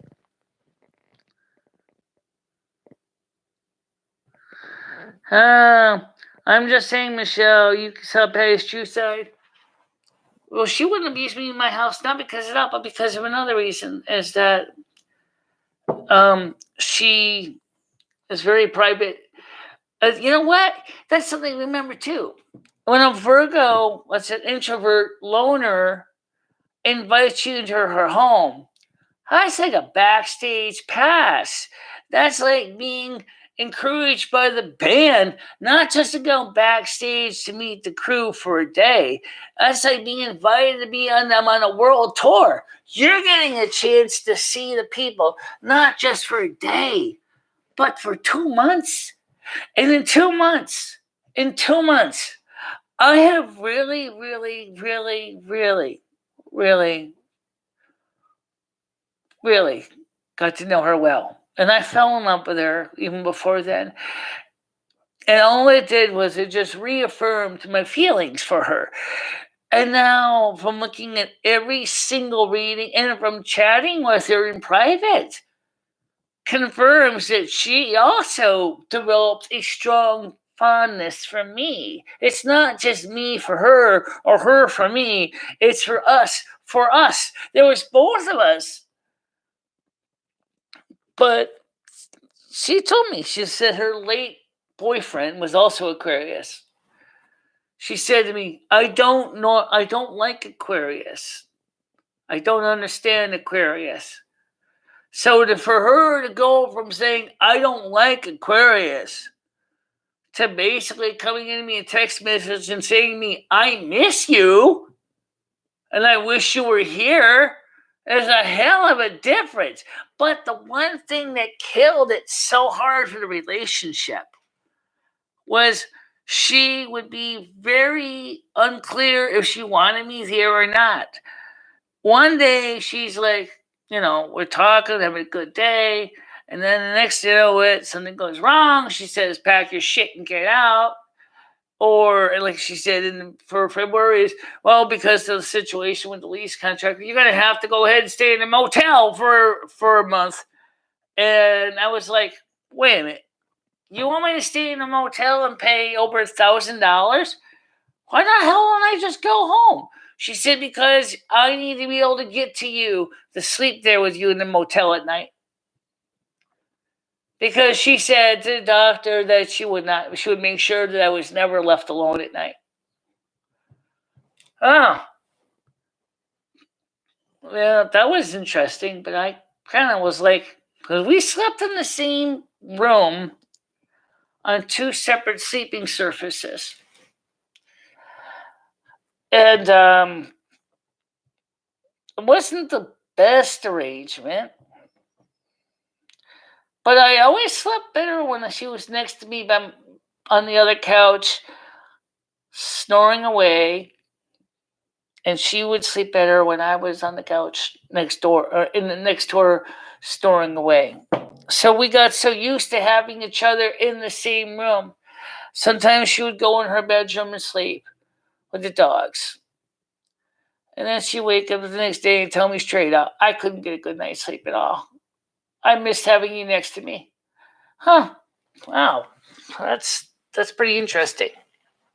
But for a Virgo to tell you that, you know damn well, especially when that's a very secretive Virgo, she is telling you some very straight out truth.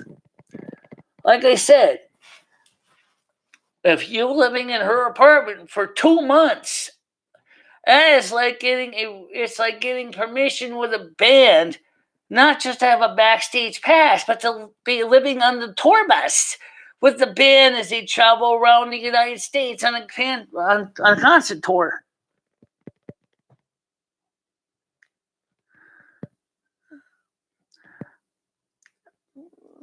Yeah, well, I'll agree with you there, Rachella. But you know what? There is one thing.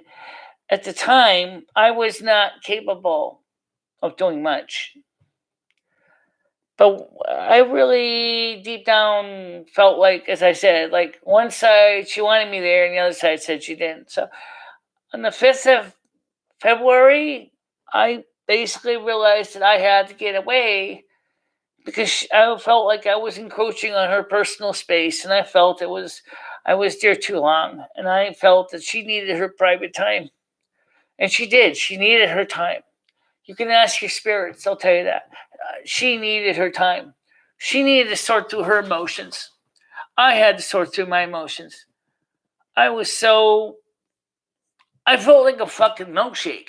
Honestly, my brain felt like a mental milkshake, because between the fact is I missed my home, I missed my cats, I missed my YouTube, I missed doing all the things that I used to do.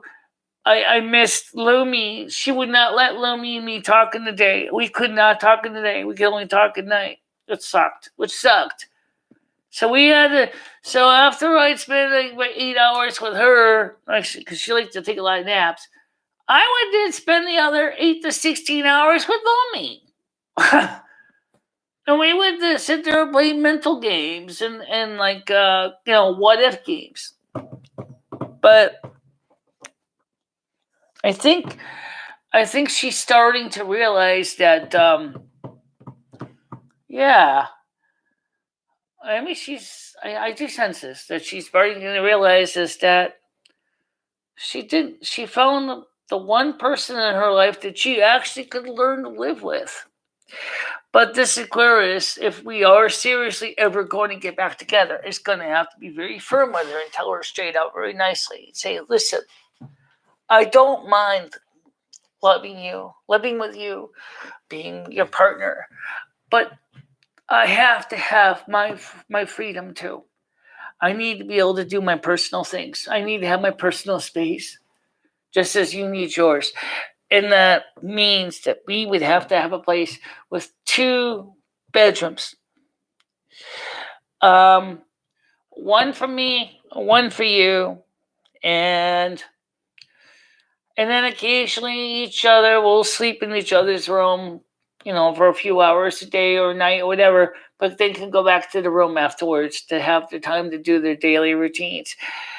In other words, if we had a house, I probably would have like the basement or the garage, and she probably would have the main house. Or maybe I would have a she shed in the back, and she would have her little place that she does her own thing. Maybe 2 she sheds in the backyard. And one for me, one for her, so that we can both be doing the things that we like to do individually, like me doing YouTube videos, her reading newspapers, and and working on cooking. She likes to cook. She likes to mess around in the kitchen.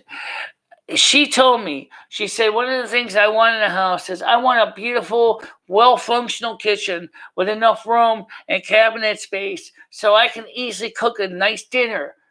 Now, remember, she grew up in the time in the 60s, okay? So for her, at 10 years old, the kitchen was her domain. That's what she was raised to believe. And she does love the kitchen. She loves to cook. She loves having that privilege of having a kitchen in her home. So, again, she likes that. She likes being Miss Housewife. But I don't mind being a housewife either. But Aquarius says, don't keep the house the same way. Okay? We're not as fussy about details. Even if I had 20/20 vision, it probably wouldn't be much cleaner than I am now. Probably would be. Maybe I would at least take a little more concern about fingerprints in my door jams. But the thing of the matter is, that's just the nature of the way Aquariuses are. We're just not that fussy. Whereas I said, Virgo, especially on her chart, they're picky. I mean, I gave Rachel a copy of her chart. I gave Rachel a copy of my chart. And so, does that mean that we're going to guarantee to be back together? Does this mean that me and her eventually are going to, and that Virgo woman takes time to earn their trust? You're not going to get instant gratification with a Virgo. She's not an Aries. She's not a Sagittarius, and she's sure to hell ain't no Leo. So if you're expecting a woman to basically want to have a fast relationship one night stands, that's not a Virgo. And it's sure to fucking ain't Aquariuses either. Aquariuses and Virgos are very similar in that area. We are like Roy Rogers. We're slow food. You don't rush in when an Aquarius, and you sure the fuck don't rush in when a Virgo. Okay? She needs to taste you. She needs to see how you think and the way you feel about things. That's their nature. Okay? I spent a lot of time, many hours researching Virgo and researching my own sign too. So find out and come out. Come on, Rusty, get down, please. Oh, you're such a big cat. That I think I spent in this month alone. Oh my God. How many hours? 120. 120 hours on Virgo and Aquarius and Tarot and everything else to understand what was going through my head and what was going on in her head. That's a lot of time. 8 hours a day. Oh, actually, if it's 8 hours a day, 30 hours a week, that's 240 hours. 240 hours. That's a long time.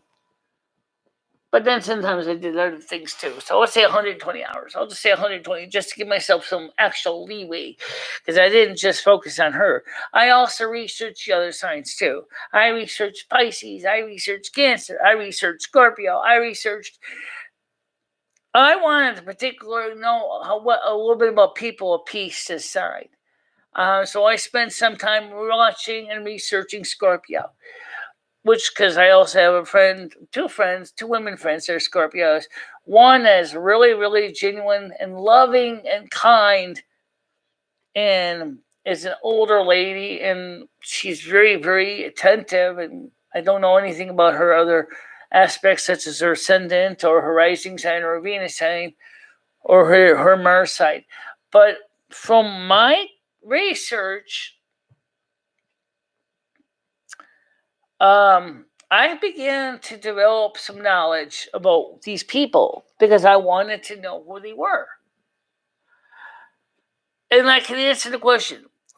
Astrology. Is it nature or nurture that determines your basic background? It's nature. It's nature. Believe it or not, every single astrology report I have read comparing famous people show that even without knowing anything about their signs, that they meet their personalities were molded by astrological signs. Completely. Here's one thing I found funny. I found out the Virgos wish they were Aquariuses, and many Aquariuses wish they were Virgos, including me, but I'm not. But then again, if I was a Virgo, I don't think I would be sitting here on YouTube talking about this stuff because I'd be quietly sitting around watching YouTube videos that other people have made while I'm worrying about trying to get the fucking cat hair out of the fucking couch, which I got a vacuum today because that stupid couch is full of cat hair from Mr. You-know-who here. Put your tail out, mister. Yeah, this cat. He missed the rest of all hair sheds like a golden retriever. You want to talk about how sweet about his cat hair? Huh. Everybody thinks Fame is the shedder. It's Fame. Rusty that sheds. They both do, but he seems to shed more than Fame. So, yeah, absolutely, totally amazing. So, astrology, nature versus nature. I'm going to say straight out, it is evidence from my research indicates it's definitely nature because your sign does give the baseline of what you are going to be like when you mature. Yeah, some society impact does apply, but not as much. Not as much. Not unless something drastic, really bad happens to you as a child in the formative years. In that case, yeah, that could totally warp you. And I think that kind of happened with Patty because her mother and her father got divorced when she was a teenager. So does she? Who divorced her? Who? Is she mad at her father? Is she mad at her mother? How come every man she's ever dated has always been a colossal disaster? How come she never tried to consider dating a woman until now? Probably because the fact is, there's two reasons. Number one, she was raised in a very devout French Catholic household, and she was told that's not good. Okay, so she did her best to find the perfect Mr. Right, but even though deep down she didn't trust Mr. Right, and now all of a sudden she takes a chance on a hermaphrodite that's kind of both, and finds out that this hermaphrodite is basically female, and now she's saying is her brain is kind of blowing a fuse. Wait a minute, is this a person a man? Is this person a woman? If it's a man, it doesn't act like any of the guys I know. If it's a woman, why am I find this person so interesting and so attractive?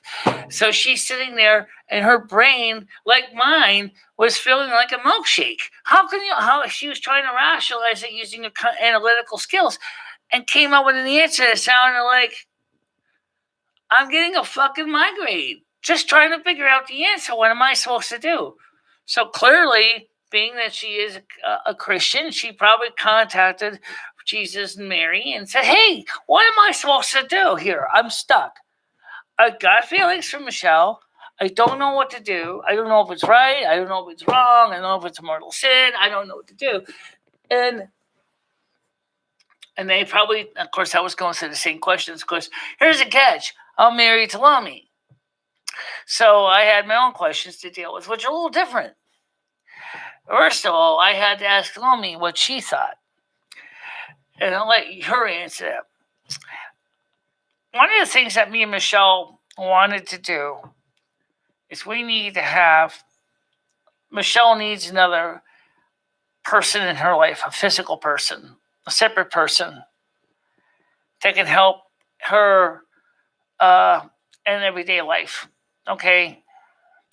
So when Michele and I talked about Patty, when Michele first met me, because Michele kind of liked Patty then, but she was kind of, as we already know, she was going out with somebody else. She was going out with another long-term boyfriend. And so the first problem is she said to me well, I like her, but I don't, she's not available right now. So Michele tried dating a few other people. She dated Dory. That was kind of okay. Dory was a Libra. But she asked me first before she dared date anybody. She says, what should I do? I said, Michele, I'll marry to you under moral law. I don't have a marriage license on earth here. So, therefore, in one sense, you're not committing adultery because under temporal law, because you have no marriage license. So, why don't you focus instead on being happy? And she said, well, I don't want to upset you. And I said, you're not going to upset me, because I know we both need that second person for you to feel fulfilled in your life, to feel you've reached your goal. And I said, I approve of it. And so Michele dated Dory. That didn't work out. That's okay. It didn't work out. And Michele, even before I was married to her, was dating other people. So she had some dating experience with a couple of men and women. And then about 3 years ago, as Patty told Michele, my late boyfriend passed away. And immediately Michele was like, what does this mean for me? And I said, what do you mean? She says, because I really thought she was always really cute back then too, but I kind of restrained myself because I didn't feel it was appropriate to get involved in that environment. And now here she is, as she's telling me out of the blue that her late boyfriend passed away from a grand mal seizure and a heart problem combined. And so I said, well, it's up to you. It's up to you, hon. It's up to you. I don't have a problem with whatever you do, but you're just going to be aware that she's going to be hard to work with. You're going to have to deal with a really, really particular person, and it's going to be a tough job. Dory was rough because Dory was like a lot of Libras, was pretty much had a lower social circle and basically focused in on a social environment. You were an isolated introvert, and you're not likely to find too many people that understand that. So Michele and Patty already knew each other, and Michele already knew Patty was an introvert. And then so they started talking. This is 3.5 years ago now. And they started to talk about everything. They just talked about everything. Science, political, mathematics, chemistry, space, time travel, continuum, spirituality, you name it. Michele threw it out there. And like a thirsty woman looking at a canteen, she was gulping it down, quaffing it all up, listing, getting the kind of content that she deep down in her spirit wanted.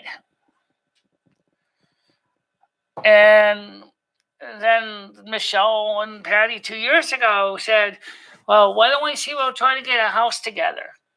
See, they were thinking about this 2 years ago. And everybody Patty and Michele were like, well, we'll have to wait and see what happens because we don't have the resources right now. And then when the accident happened on the 6th of December that destroyed Michelle's left kneecap, that was not an accident. That wasn't on purpose from the Almighty. Not to basically debilitate Michele, but to actually get Michele to move on with her life because the spirits felt that she had stagnated. Basically saying is, look, you got to move on. You have got stuck in this rut. You're not getting anywhere. You're not getting younger. And yet you are keep in this holding pattern. So again, the injury was not meant to cause harm in the sense of being malicious, but was to help Michele to move on to the next step. And then Michele did, because she called Patty from the ER and said, hey, look, I'm at a bit of a problem. I broke my knee. I can't go upstairs right now, 3 flights of stairs, and I have no place to go because I don't know anybody else that I would trust to stay at. Because Michele already seen her apartment. Because Patty showed Michele her apartment when she first moved in. And she said, I need a place to go. And what did Patty do? She came, she arranged it. She took care of everything to get Michele in there. What else did she tell Dr. Schmidt? We don't know. But what happened is clearly the medical community said, yeah, you're right. Michele can't be left alone because of her legal blindness and her knee injury. Well, of course, we kind of questioned that, and her medical doctor did eventually too. But the whole point was, it was not an accident. It's an on purpose. There was a purpose. And that purpose was to bring these two glaciers together because, to be honest, unless you put a firecracker on Michele's ass, she's not going to do anything unless she's motivated to do it. Which is true. So, and Patty was the same way. Patty was sitting there on her couch doing nothing with her life, constantly moping about what if I could finally find the right one? What if I could find the right person to spend my life with? I'm 62 years old. I'm an old fucking spinster. I have grandchildren and children, but I don't talk to them much. I just stay to myself, and I worry about everything that's normal everyday person usually don't. I'm a worry-wart, self-conscious old crone. Very cute old crone. Very cute old crone, okay? Not too much different than Michele. The thing was, the divine world wants Michele and Patty together. It's kind of funny because you're talking about something here that totally seems so bizarre. But Aquarius and Virgo, when both, in this case, are both introverted, cerebral, one's ruled by the house of Mercury and one is ruled by the house of Uranus. And you got two very intellectual people thinking, doing. And it's funny because in Michele's house, no, actually, we can pull your chart up in a little bit. I will put up in a little bit, but let's finish here. Okay, Michele has 3 Virgos in her chart, and she has a Virgo in one of her houses too on the zodiac. Amazing. And whereas Patty only has 2. But the point here is that I don't see any reason to be jealous at Michele, because that was one thing that Patty was overall jealous of me. She didn't want me in Michele's life because she was so afraid I was going to steal Michele back, that she basically inadvertently drove Michele to go back to what in the tarot is called the tower. The tower, which is this apartment, because she was pushing too hard and sending the signals of, I don't want you here, get out. And then the next minute saying, I want you here, stay. And Michele said to herself I can't live like that. I have to have a time where I can basically feel safe and secure. And if that means that I have to stay in my apartment and pay Jimmy his $700 a month rent while me and her try to nail out the kinks in our relationship, that's damn better than have her telling me, oh, I was to spend another $1,000 to stay in a motel just so I can spend the night with you. That's ridiculous.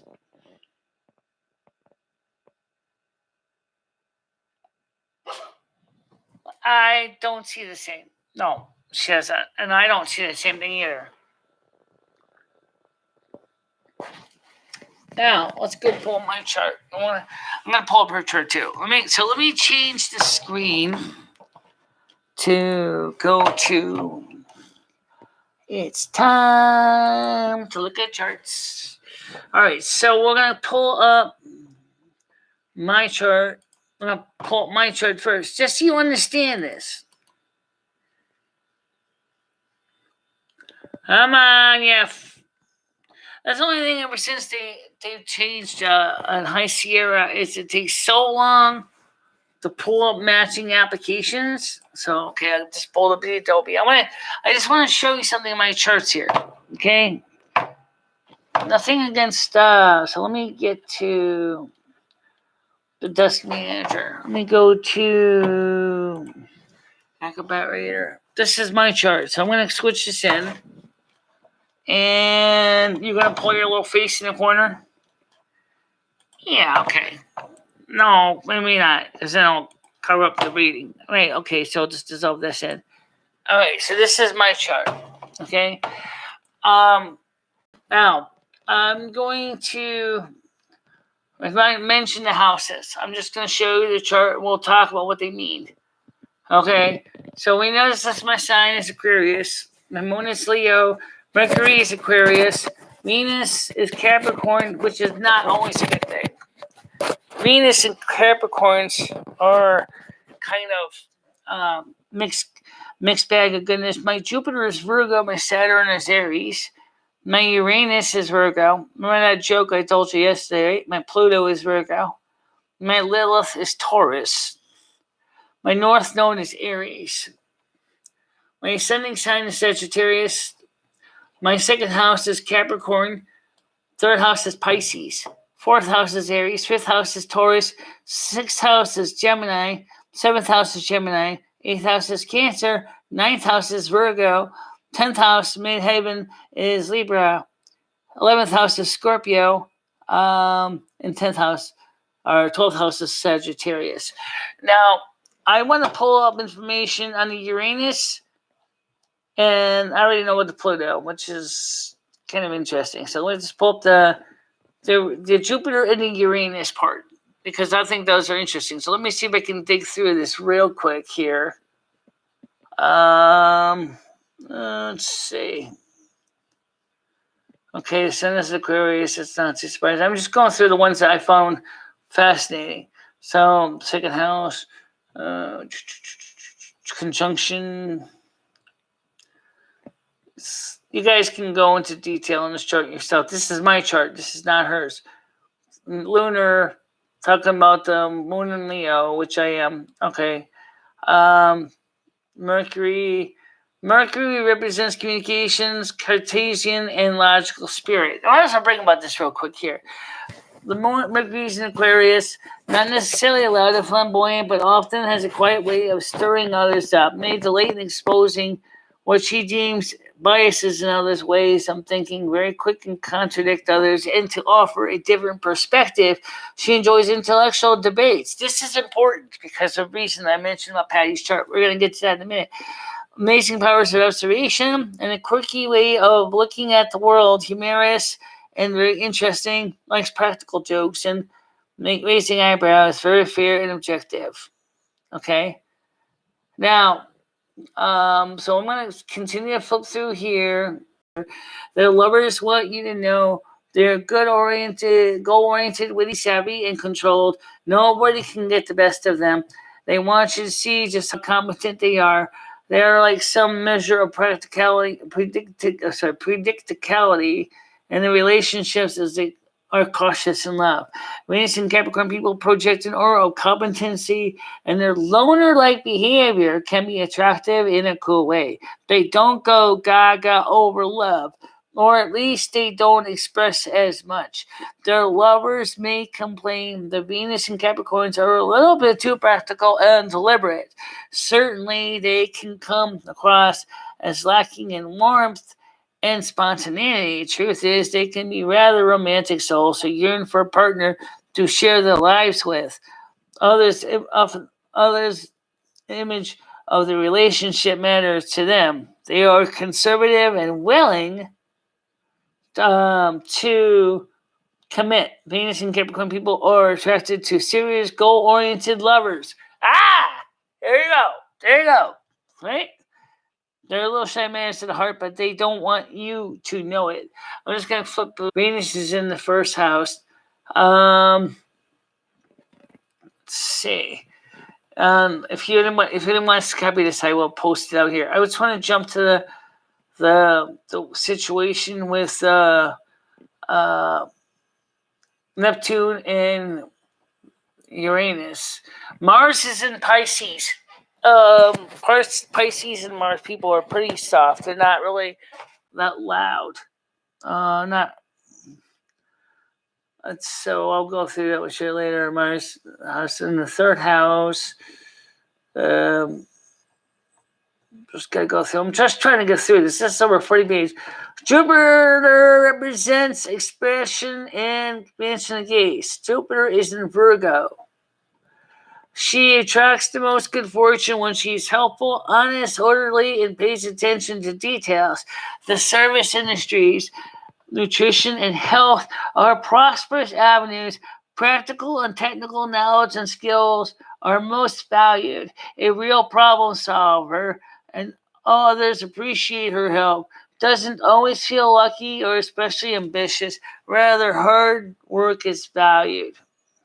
And Jupiter is in the 8th house, which means Virgo is in the 8th house.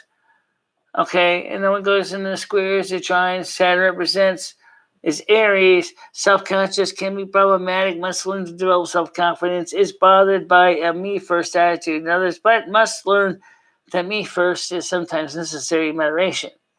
Okay. Uranus. Uranus represents individuals' liberty, egotistic liberty. Uranus is in Virgo. Interested in nutrition, open to new ways of doing a job or working on a schedule. She seeks alternative healing methods, treatments, and methods. She does not immediately trust a strict or overly traditional approach to health and work. She can have some trouble accessing her intuition since logic and rationality often dominate. Okay, so the point I'm trying to get at is all of this stuff. This is on my chart. I'm going to pull up Patty's real quick so we can see the difference. Yeah, let me. Yeah, here it is. This is Patty's chart. I want to see the difference here. No, let's get to the good stuff. Here's the actual chart. The sun is Virgo, moon is Taurus, Mercury is Leo. Okay, Venus is Leo, Mars is Taurus, Jupiter is Libra, Saturn is. I think you also Saturn Libra too, don't you? I don't think so. Sagittarius. Hers is Jupiter is Leo. Okay. Uranus is Leo, Neptune is Scorpio, Pluto is Virgo. That Virgo and Pluto is interesting because that's from a period of about 30 years. That's why we got the same, because the way the charts came out together. Houses here: Aquarius, Pisces, Aries, Taurus. Her third house is Virgo. Mine's eighth house is Virgo. Her third house is Aquarius, by the way. Just really strange. Let's see. So let's just go quickly see where we compare. So the sun, we know the sun. That's easy. So sun is, okay, so I'm going to go through this real quick. The moon is in Taurus. Familiarity is important to lunar Taurians. These people are earthly and strong-willed. They feel with their senses. They are pretty much rooted in their ways. They revel in material comforts. In fact, building a solid and comfortable home and foundation helps keep them feeling safe and content. There you go. Okay? It isn't wise to push a lunar Taurians in doing anything, but once they have made a commitment, they are persevering. There's a steadfastness, disposition of the moon that is comforting to those close to them. But the conservative streak in these natives can be maddening to the more progressive personalities. They tend to go out of their way to avoid messy or unpredictable situations, crises, and emotional displays. Instead, they focus on creating a reliable and secure life around them. In relationships, lunar Taurians are not easily recognized their partners. May not easily recognize the partner's need for change, growth, or emotional stimulation. Okay, moon Taurians are generally very romantic. Their affections are strong, deep, and unwavering. They are sentimental and warm. Since Taurus is a practical earth sign, the placement of the moon in this sign suggests the ability to protect themselves and their own interests. They will rarely make a move without that determining that it's safe and there's something in it for them. Generally, Taurus people have a reliable instincts. They are very much tied to the physical world, and they often have a particular developed sense of smell. Relationships with people born with this position of the Mars are quite often enduring. Many Mars. Okay, now we're getting to Mars and Taurus. What hell? So I guess that's interesting how they cross up on us. All right, so hang on to their mates even in the face of serious conflict. All right, so it just goes on and on. I just want to go through real quick because of time. I don't think everybody wants to drop dead from boredom here. So just going to flip through this real quick. I went through this chart detail. I went through with a fine-tooth comb. Mercury is in Leo. Mercury represents communications, Cartesian, and logical. She wants to know the bottom line and can be good at scooping out situations and finding answers to problems. In fact, she is a problem solver. Will spend a lot of time helping others solve problems if need be. Ah, there you go. Okay. Mercury is in the second house. I'm just flipping through this real fast. So if you guys think I'm going too fast, I will slow down as needed. Venus represents an interest, emotions, and values, exchanges, and sharing with others. Venus is in Leo. When Venus Leo people are in love, they are proud, even boastful. The position of Venus can turn humble. Venus suns are tiring Cancer suns into somewhat demanding lovers. Venus and Leo loves to court and be courted, and they need to feel very special. They are warm, generous, and even grand. So really quite loyal to their partners. Remember that love is the most important thing to Leo's life. They thrive on attention from lovers or love interests. Be prepared for the displays. They'll often tell you about any advances made on them. Oh, okay. I'm just going through this real fast. So let's just go to see where she wraps up with my signs. Talk about the house midheaven Mars. Mars is in Taurus, slow and steady wins the race, could easily be a model for Mars and Taurus. These goal-oriented people are not known for their speed, but their staying power is tremendous. Generally calm and easygoing people, Mars and Taurus natives can have a powerful tempers when they are overly provoked. I've seen that temper. They generally don't fly off the handle as quickly as others, however, unless Aries is prominent in the chart, which is not in hers, thank God. So I'm just going through this real fast.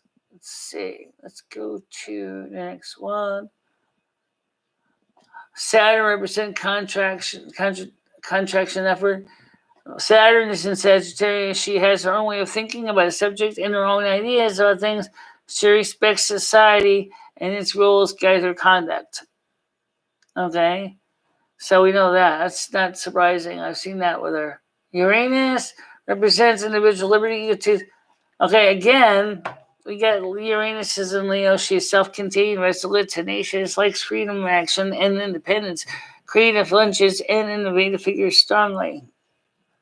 So let's go to Neptune real quick. Neptune represents transcendental liberty, non-egotistic liberty. Neptune is in Scorpio, willing to look beyond the superficial, may confuse intensity and compassion.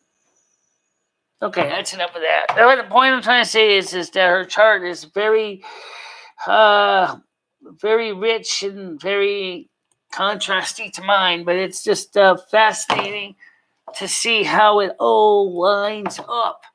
Yeah, it's just some interesting crossovers. Not exactly a perfect match. I did get a complete compatibility. I really think it really matters as much as is the fact is that it's a strong feeling in her heart and it makes it work. Still listening. Sorry, I could not type. It's okay. It's fine. Let me just get caught up here. We're reading the chats. This is LMAO came back in the herd Uranus. Yeah. Well, it's still interesting because in the charts, it seems I'm more Virgo than she is in some ways. My sun sign is Aquarius, but yeah, my Uranus and my Neptune are Virgo. So, or she has Aquarius as in other houses, but she doesn't have too much Virgo of her own. I got more Virgo in my chart than she does. It's just weird. It's just true. I have more Virgo in my chart. But she's got a lot of Leo in hers, and I don't have any Leo except my moon sign, I think. Maybe one of the Leo. Just interesting, it just amazes me. But speaking of Leo, I do hope that people will continue to put likes up, and please do share these videos with your friends and your families. We're going to keep working on this channel. We're going to try to come up with new context. We're going to try to come up with new content. We're going to try to reach out to new people. Sorry, Pop.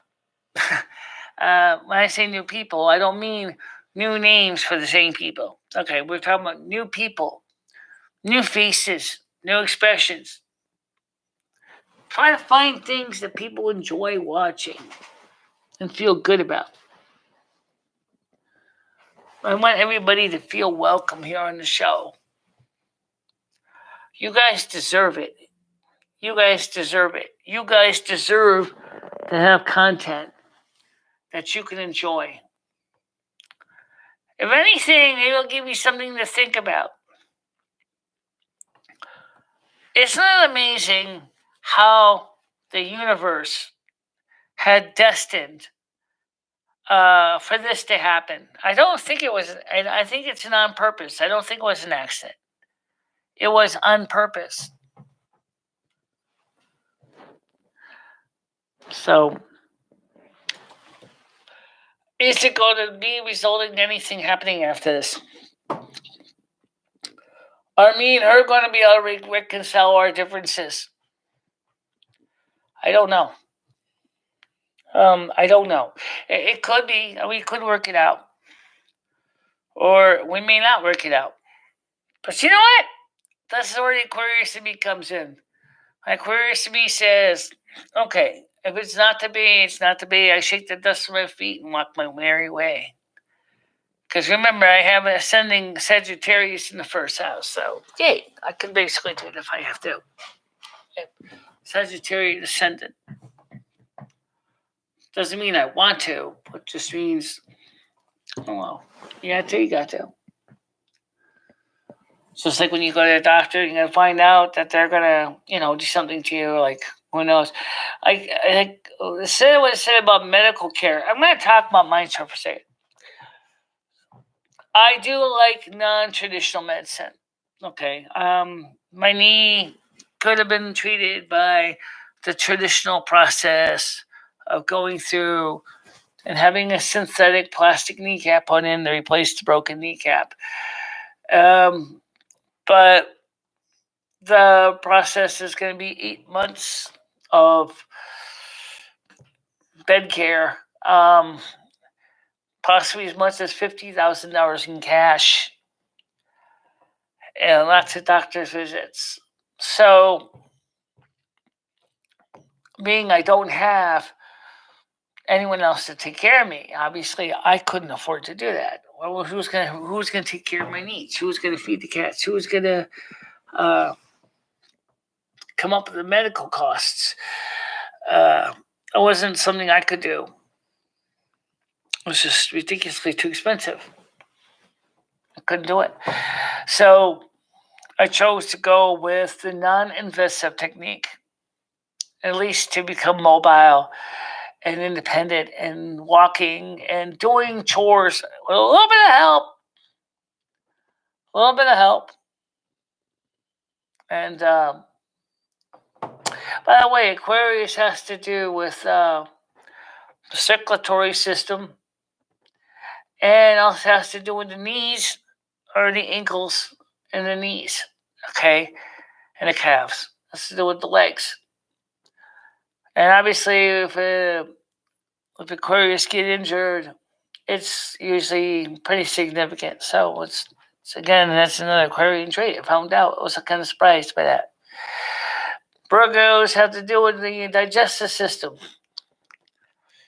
which makes sense that she is concerned about what she eats, her food choices. Whereas I'm interested in maintaining things about my health and my blood pressure, which is normal, and trying to stay active. Incidentally, Leo has to do with the heart. Most people don't realize that. It's kind of interesting how Leo has to do with the heart. But it does. It's just an example of the weird stuff in the universe. Well, we're already down to 3 people. But again, I want to thank everybody for being on the show today. We will be having a regular Monday show at 7 p.m. Eastern Time here on YouTube. Now, because the soup kitchen will not be open to actually eat in the dining room. They did serve takeouts today. I did not go because by the time I was done my bath, I didn't feel like rushing out the door because my hair was still wet. So I didn't go today. But I did buy some bread. I did buy some. I have peanut butter. I have Marmite. I have butter. I have crackers. I have macaroni and cheese. I have food here. So until the soup kitchen returns to opening, instead of me going up there and waiting in line just to get a take-home box, which probably contains a soup and sandwich in some cases, I will just most of the time just eat here at the house. And instead, I still have $22 in my checking account. I still have $55 in my savings account. So what I could do, if I needed to, is I could go to McDonald's maybe one time this month, or best not go at all and actually save the money for next month to put towards the expenses. So I might do that too. But lastly, I want to just say that I thank everybody who's rediscovered this channel. I thank all of you for sharing this channel with your friends. I thank all of you for giving me your emotional support. Your likes, they're free, you know. You can always give out a like, they don't cost money. But the main thing is sharing the videos with your friends and family, because that helps my channel to get more recognized and more people to see it. And maybe more people to join in on the chats. I'm sorry, people of peace kind of over trying to sabotage the channel. But thank the Lord Jesus Christ, he didn't get on the phone. I would have been really bad. I hope that you will discuss these topics among you and have a good night and stay out of trouble. And I'll see you guys on Monday.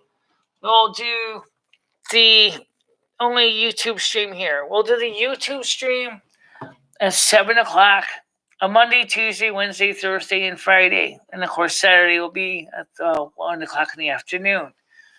But for now, that's it, guys. That's a wrap. Let's see. Where's my stupid remote? Bye-bye. Bye-bye, guys.